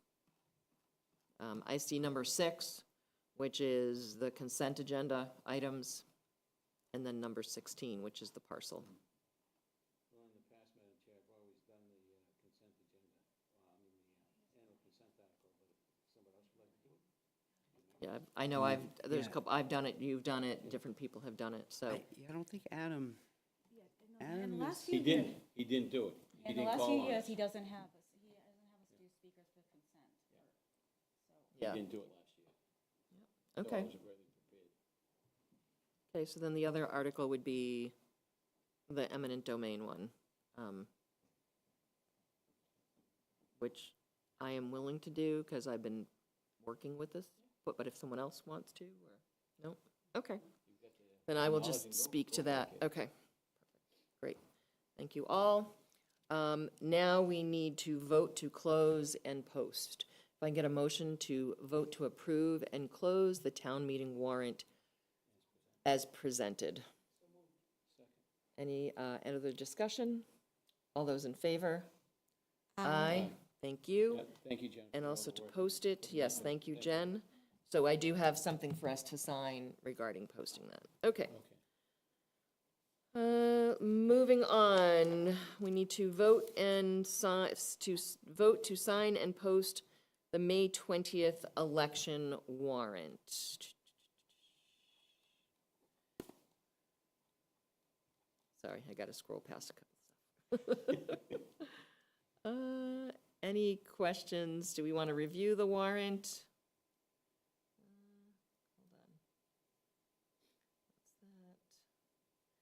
Okay. So we're gonna do so we have the town meeting, the town election, following officers, moderator 1, select board 2, assessor 1, school committee 2, library trustee 1, board of health 1, board of health 1 for 3 years, board of health 1 for 2 years, planning board 1 for 5 years, planning board 1 for 2 years. No questions on the ballot. If I can get a motion to approve, to sign and vote and post the town meeting election as presented. Second? Second. All those in favor? Aye. So that is approved, and then it will get posted by our constables. Okay. Moving on to the discussion and vote of the surplus disposal procurement policy. We looked at this quite a while ago, but we did not vote it, so this is our second review of this policy. Hopeful people had an opportunity to review it. Were there any questions? Probably not. I think, didn't we talked about before just the it was privacy, I believe. We did, and I didn't see any updates on that, so that was So the privacy question. I'm in just having a what problem part?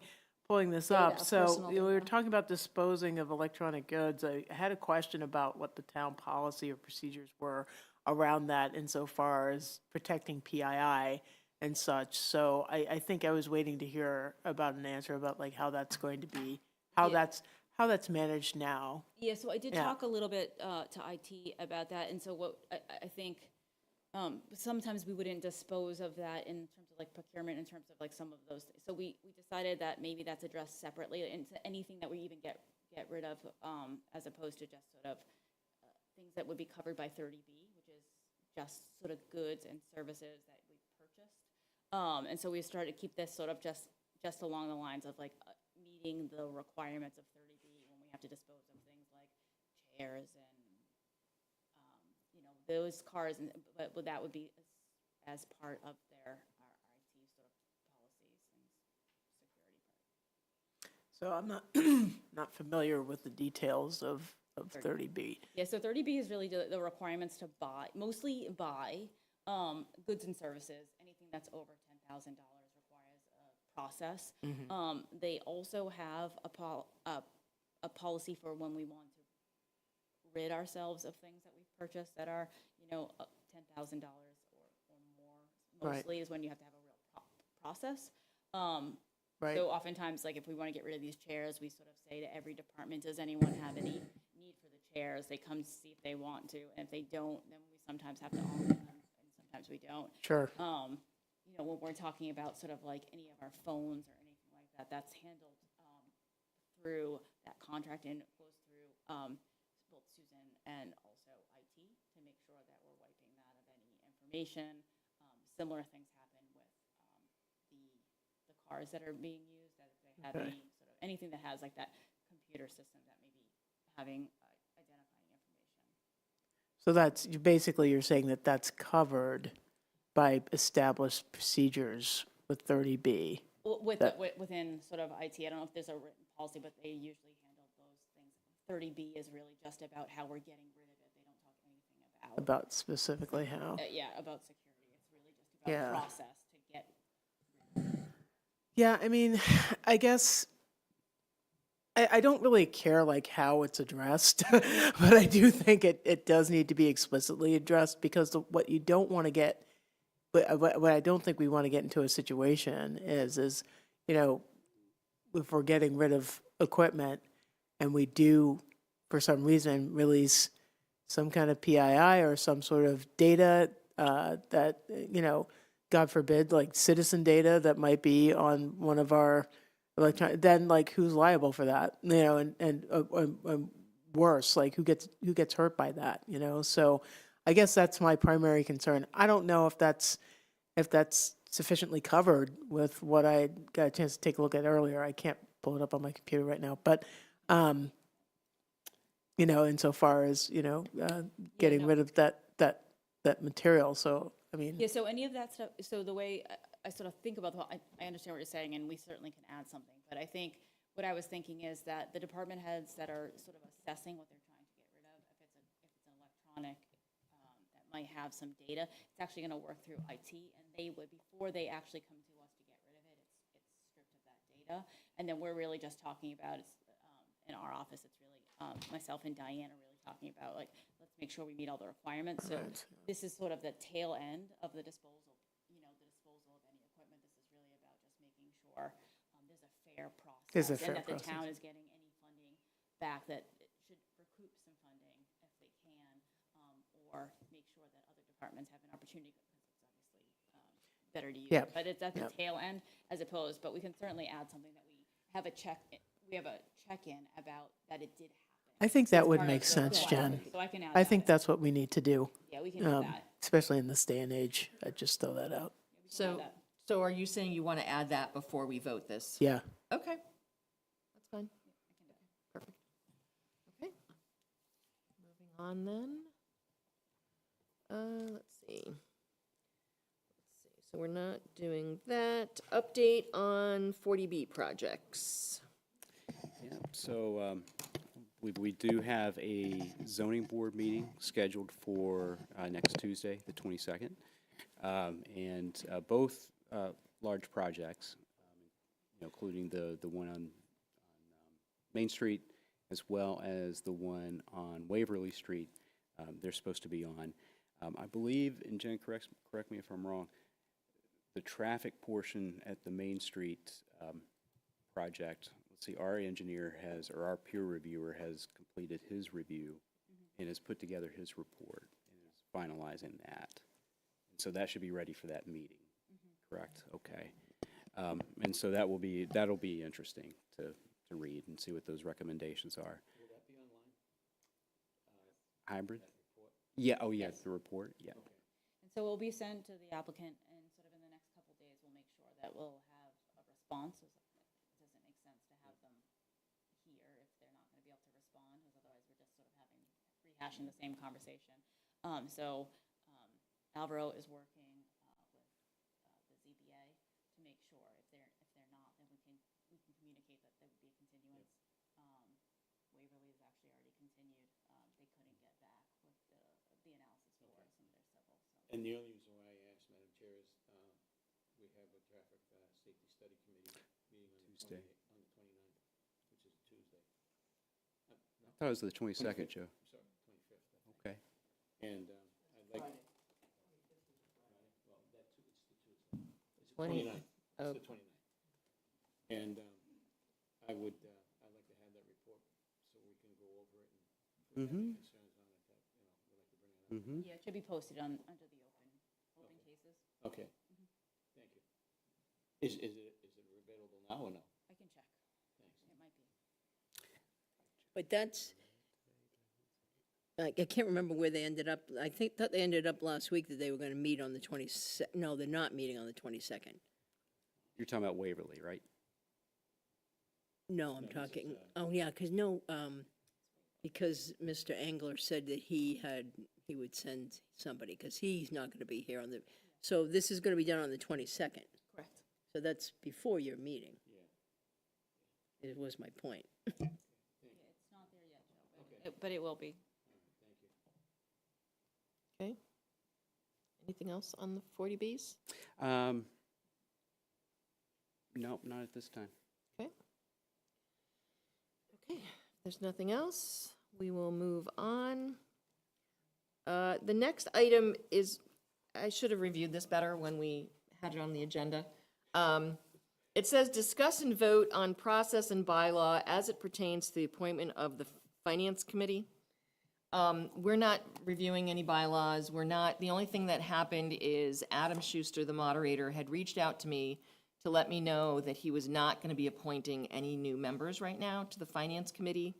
And it means that it's going to go past his timeline of when he's supposed to appoint them. And he just wanted to give me a heads up, and I put it in there incorrectly. What happens is he's supposed to appoint within a certain amount of time, and then if he doesn't do that, then it becomes a select board appointment. And he really just wanted to let me know that by the time because we're going into town meeting, and Finance Committee has basically finished their work right now for the current budget season, he didn't want to appoint somebody new, and then after town, because he's like, I'm going to wait until after town meeting. So that's really all this was. It was supposed to be. So even though he goes beyond what he's allotted for time. Right. He's asking us to extend that time until after town meeting.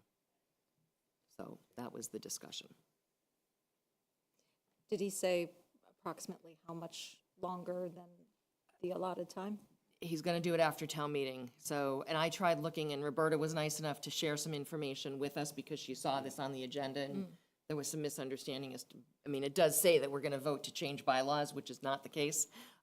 So he did not tell me exactly when. You know, he said he could do a temporary, but I'm like, why put a temporary, take some time, find some people that are the right people, and then do it after town meeting. So I think he's gonna try and do it as soon as possible after town meeting. That was that. Okay. Moving on. Do we have to vote? I'm sorry, Madam Chair, I do have a question about Sure, that. go So like, he's gonna try to do it as soon as possible, but like, is there any established time limit? I couldn't Like, find in the information that Roberta shared with me. Yeah, I the didn't either. the exact number of days that he is Yeah. supposed to appoint somebody in. And I looked through the information and I could not find the exact number of days that he has to Okay. appoint somebody. I know if you read the information, it says if the select board does not, for other multi-member boards, if the select board does not present somebody, then the multi-member board could present somebody to be appointed, but that didn't seem to be the case here, because it's the moderator Right, making the appointment. Well, okay. I would say just as long as they have a full board by the time they go into Right, so before, right, so he has a board now, I think he's missing 1 or 2 members. But they've done their deliberation for the town meeting budget, they finished stuff today. Yep. So then, you know, so they've done their work leading up to town Their meeting. work is done, so They're- yeah. there's no rush to get it in there. Right. But at the same token, there is a responsibility to get those Right, positions. and he will be doing that, but they don't do much, I guess, in June, July, and August after town meeting is done. So he will work to do that, though. Does that make sense, Roberta? Okay, perfect. I guess we could vote to allow the moderator extended time to make appointments to the finance committee. So do you say by Did- September 1st? Yeah, can we set a time? Like, can we set a time? I guess I'm just I'm- asking, I'm, like, I'm sure we could, if we feel that's necessary.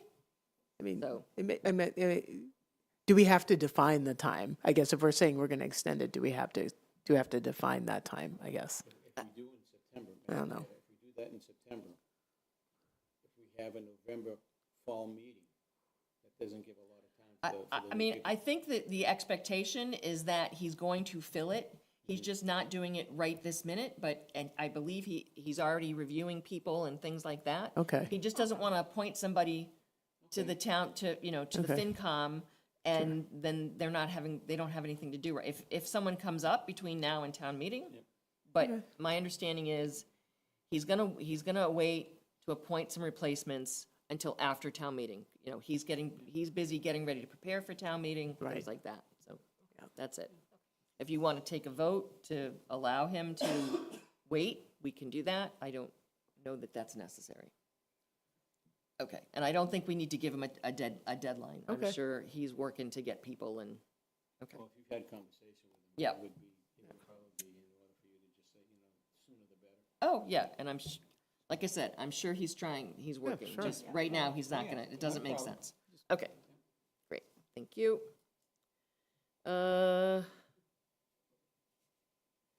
That's done. Okay, vote on the dissolution of the Public Safety Building Committee with thanks to everyone. And I'm realizing we probably should have done this when everyone was here. I know. After we were done. Oh, my gosh, yeah, it's been that kind of week and month.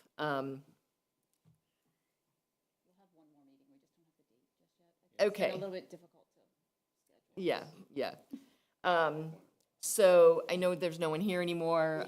Joe is still here. Joe, Jen. And Jen is here, Joe's still here. but, Well, if we don't need to discuss it, I just want to, go ahead. I didn't have the opportunity to express my concerns and my feelings about a young lady who. Concerns? Concerns, yeah, very, very much concerns.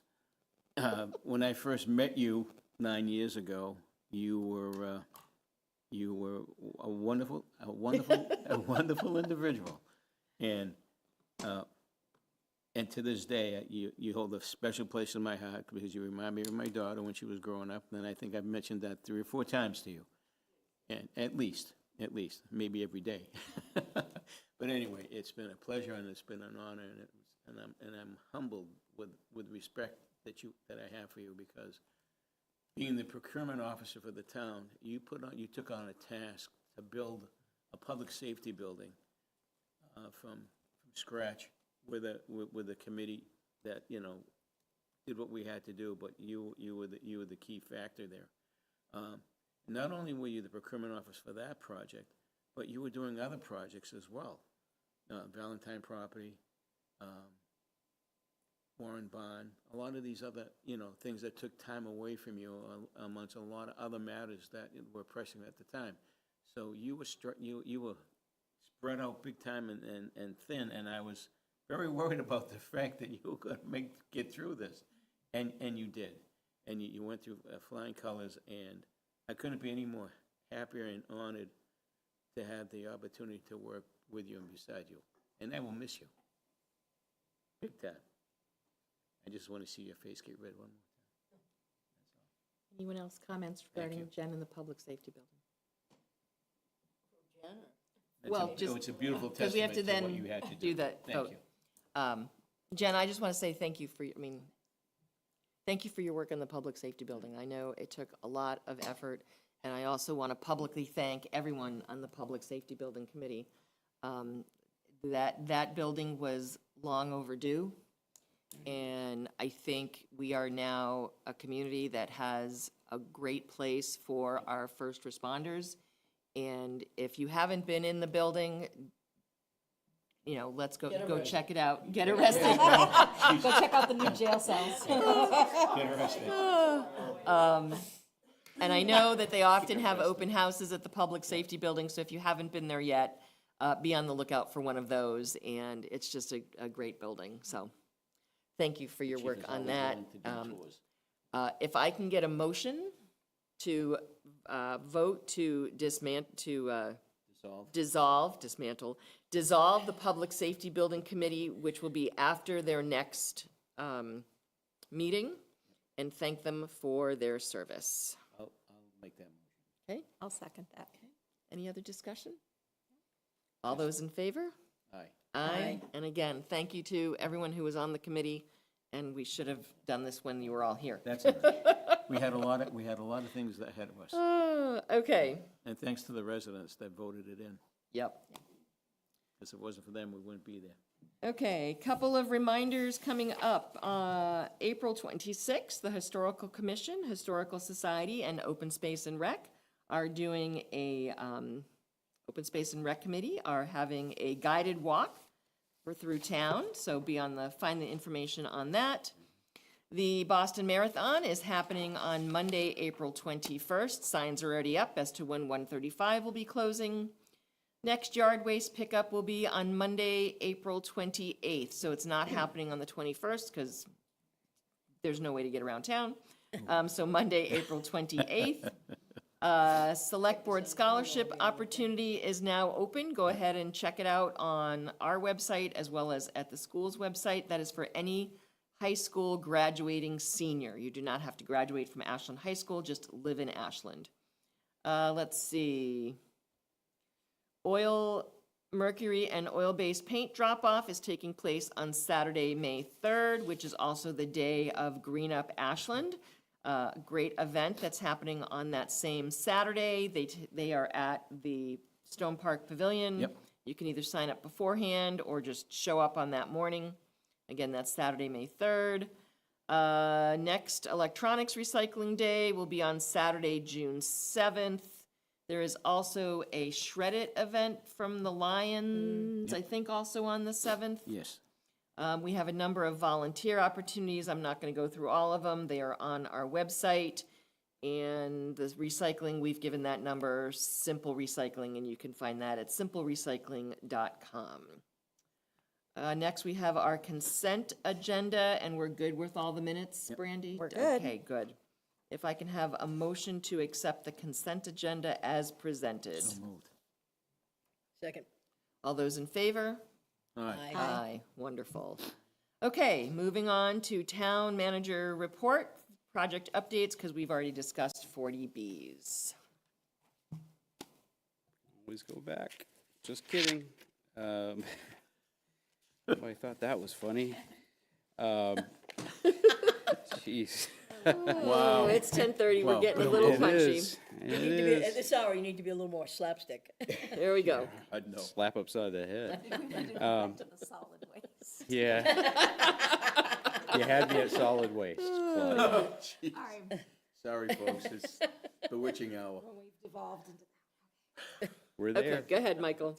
So Pond Street, so the only update I have is that they have committed to finish that in 2025. I have had a couple residents go, I haven't really seen anything going on recently.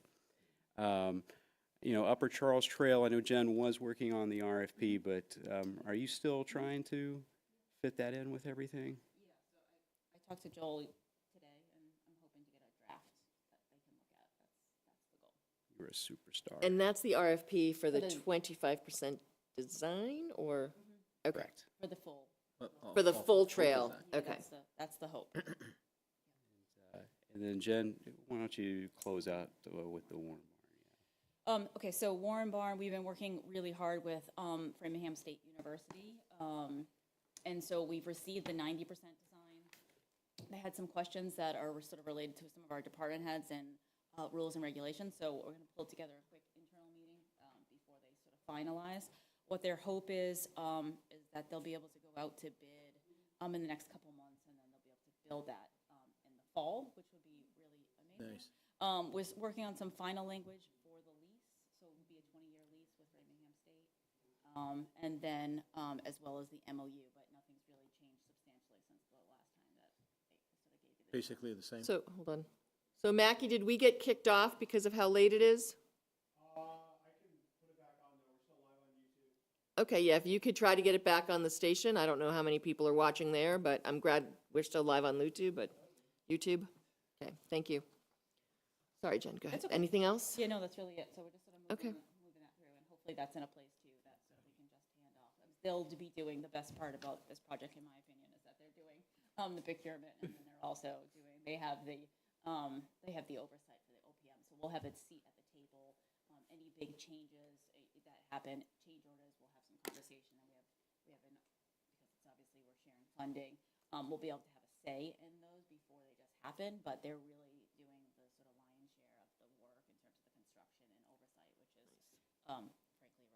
So And Claudia, you're still able to attend those meetings? Yeah. Great, Yeah. wonderful. Jen. Yeah. Anything Jen else? does all the work. I think, obviously it comes to the point where, I've probably dreaded this point for years now, but, here we are. This is one of those situations where it's like, one word's gonna be too many, and 10,000 is not gonna be enough, but, I'll try to keep it short and sweet, or at least short and sweet for me, but, number one, I don't think, anybody's going to understand just how much you've done for this town. I hope people do one day. But, yeah, you've done a ton. Number two, thank you just for being you. So you're the one who's making her cry. Yeah. Thank you, Michael. Yeah, I promised myself I wouldn't.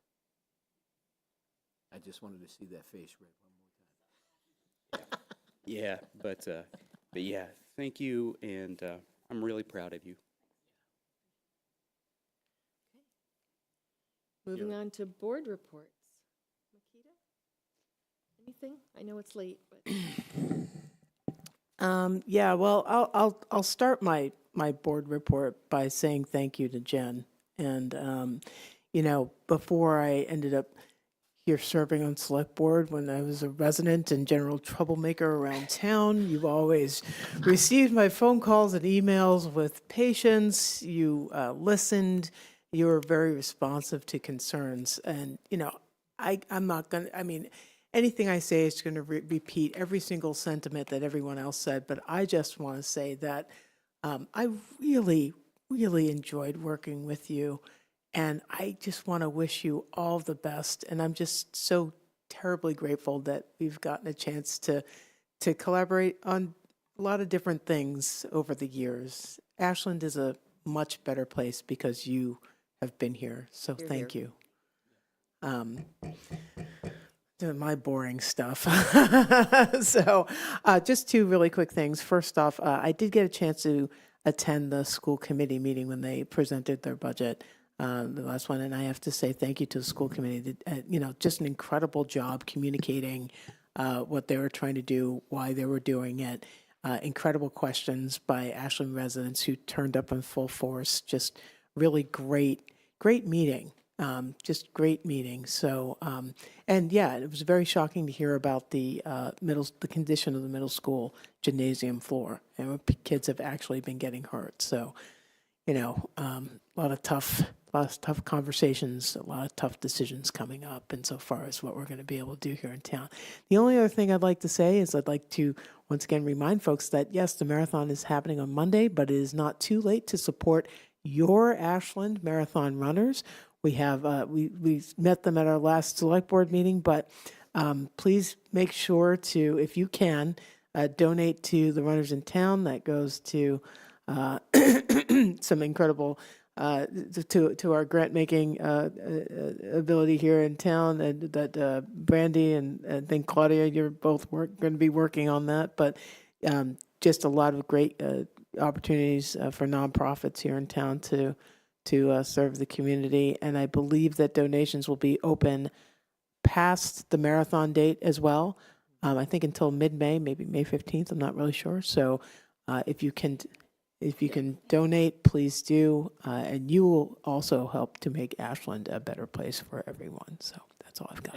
And who should they make the check out to? Me. To you, Claudia. The trash bag queen.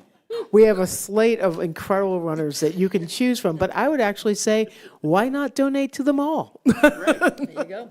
You have the means, do it. Good. Right. Thank you, Makita. Claudia? Yeah, so, you know, Jen, it is your night here.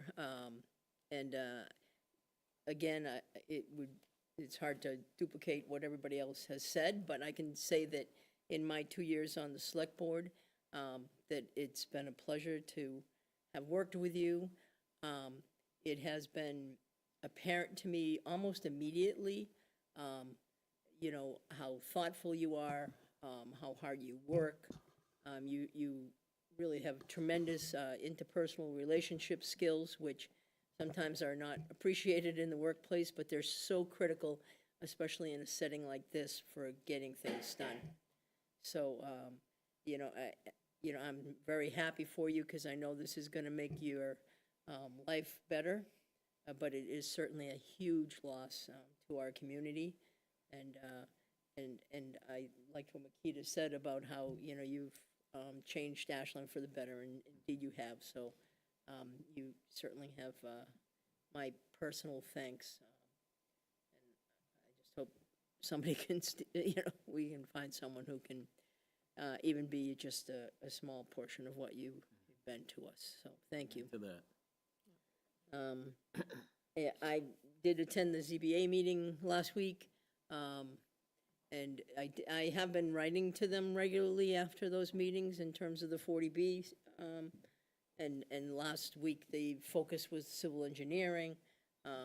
You know, I definitely had concerns, you know, not just me, but I had concerns regarding the fact that it is, all the vehicles would be in the floodplain for 100-year flood, but I think we all know that 100-year floods are not 100 years anymore.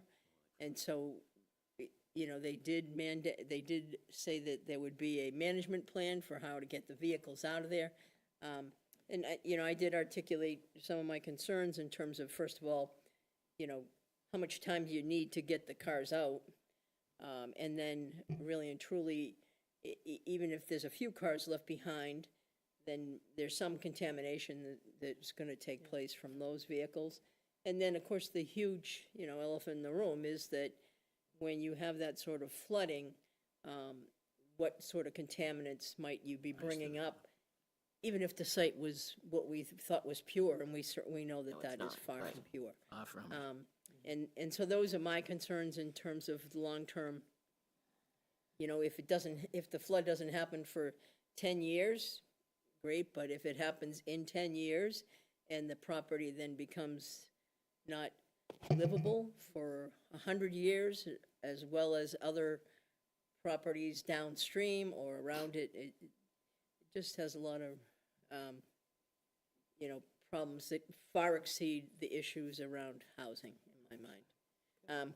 Okay, and I too attended the school committee meeting online, and yes, thank you to all of them for the work that they do for our schools and our children. And it's a lot, right, and especially in difficult times. And then last night, I was happy to go to the Board of Health meeting, and this year the Penny Mortensen Award went to the Ashland Emergency Fund, and so there were 4 members of the fund here, and what a tremendous work they do. I think it's some of the work that goes unnoticed because they just go out and do it, and people aren't advertising themselves when they need help like that. And, so I think a lot of people, in our lives have needed some help and received it. And so, thank you to living in a town that offers that kind of support to its residents. So thank you to them, because obviously it requires them. And finally, I want to wish our very own marathon runner, thanks for representing the board, appreciate that. Yep. Good And luck. you're going to do a great job, and and also to my daughter who's running, and to all of the runners, really. It's certainly, it's quite a special achievement, so congratulations to all of you. Thank you. Great, thank you, Claudia. Joe? Thank you, Madam Chair. Last Sunday, I had the privilege of going to and participating in eating at the pancake breakfast that was sponsored by the Ashland Boys Troop 232. Breakfast was wonderful. The service was great, and this troop is a gem to this town, with all the work that they do and all the Eagle Scout projects that have come to fruition as a result of the work that they do. And we should be very grateful and happy that we have such great leaders and Boy Scout leaders to continue that process along the way. On the 15th, I attended that training for restaurant establishments. Oh, yeah, And that was it yesterday. was, I have to tell you, it was eye-opening. And a lot of the bar owners and restaurants owners were there. It was sponsored by the Ashland Police Department, and kudos to Chief Rossi and Robert Ruggiero. And the guest lecturer, his name was Mike Marcantonio. Unbelievable. He knew his stuff in and out, and I have to tell you, he questioned every bar server that was there, every owner, every liquor store owner that was attending. And I think we had like about 10 to 12 restaurants and people show up, which was a nice thing to have. And refreshments, yeah, they were nips. That's an inside joke, folks. Long story short, it was well attended, and the information was very interesting. And I thanked those that attended on behalf of the board, because being the licensing authority, it was nice to see them take the interest and the effort to do what they needed to do to make sure they knew what they were doing when it came time for serving and selling. Thank you for doing that. So, no, it was my pleasure. I enjoyed being there. Green Up Ashland Day, we already said, at the pavilion, and the bathrooms will be open and ready and clean. That's our opening day as well. And again, good luck to you, I went to CVS and all the Bengay and on all it was gone. So I figured it was your shoulder. It was my shoulder. Yeah. Right. So I walked out of there in the same pain that I had as I left. But I wish you the very best, and I'll be rooting you along the way. And for those who celebrate Easter, happy Easter. And lastly, again, Jen, it's been a distinct pleasure and honor working with you for these past 9 years, and I will miss you greatly. But more importantly, someone's going to be celebrating a birthday, and we're not going to be around. We won't be meeting. And I believe Michael Herbert is going to have a birthday on Monday, and he's going to be 2 years shy of a century. Half a century. Half a century. Half a century. Half a century. Well, let me tell you something. You look a hell of a lot older than you did when you first started. But we can remember celebrating you when you were, 40 under 40. Right. So. Yeah. Yeah. So, that's a little jab. That's a little jab. Just wanted to run that along, but yeah. So, thank you again, kiddo. And that's all I have, Madam Chair. Okay. Brandy? So I know who's going to out me for my next big birthday.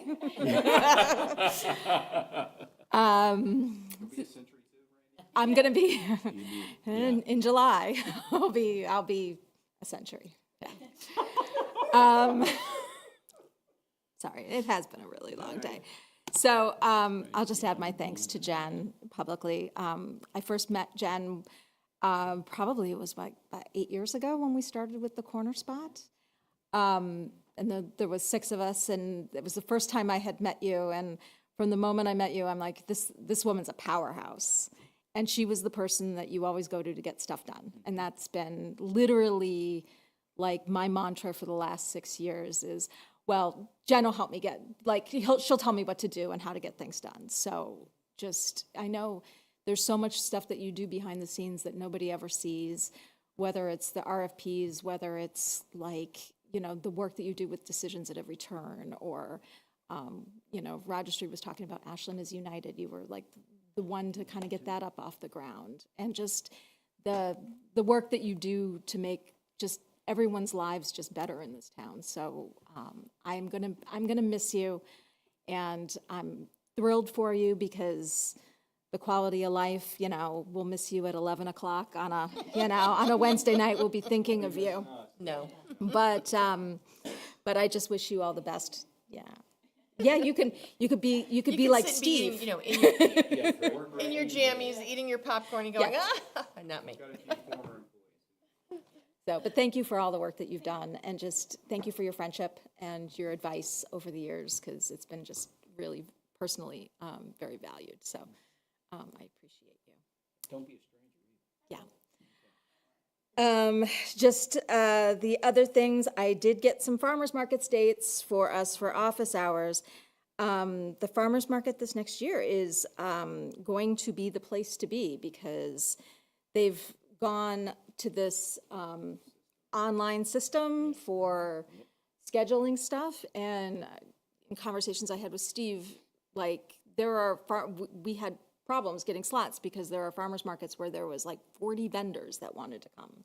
It's going to be very popular, it's going to be very popular. They have a vendor committee that I guess has been doing a lot of outreach and trying to get more people, more vendors this next year.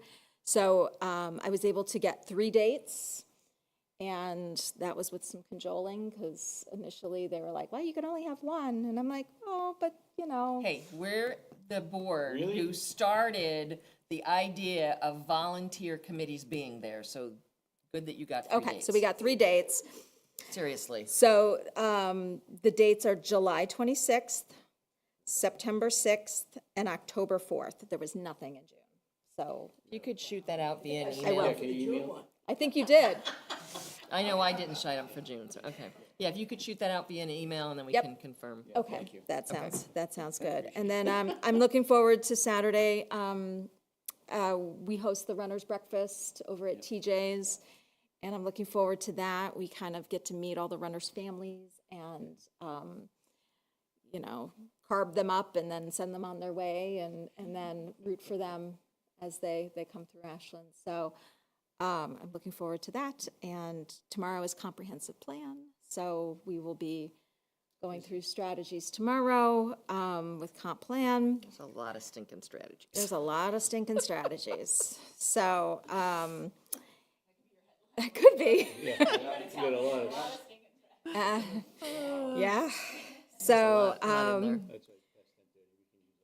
but anyway, so just, so there's been a lot going on.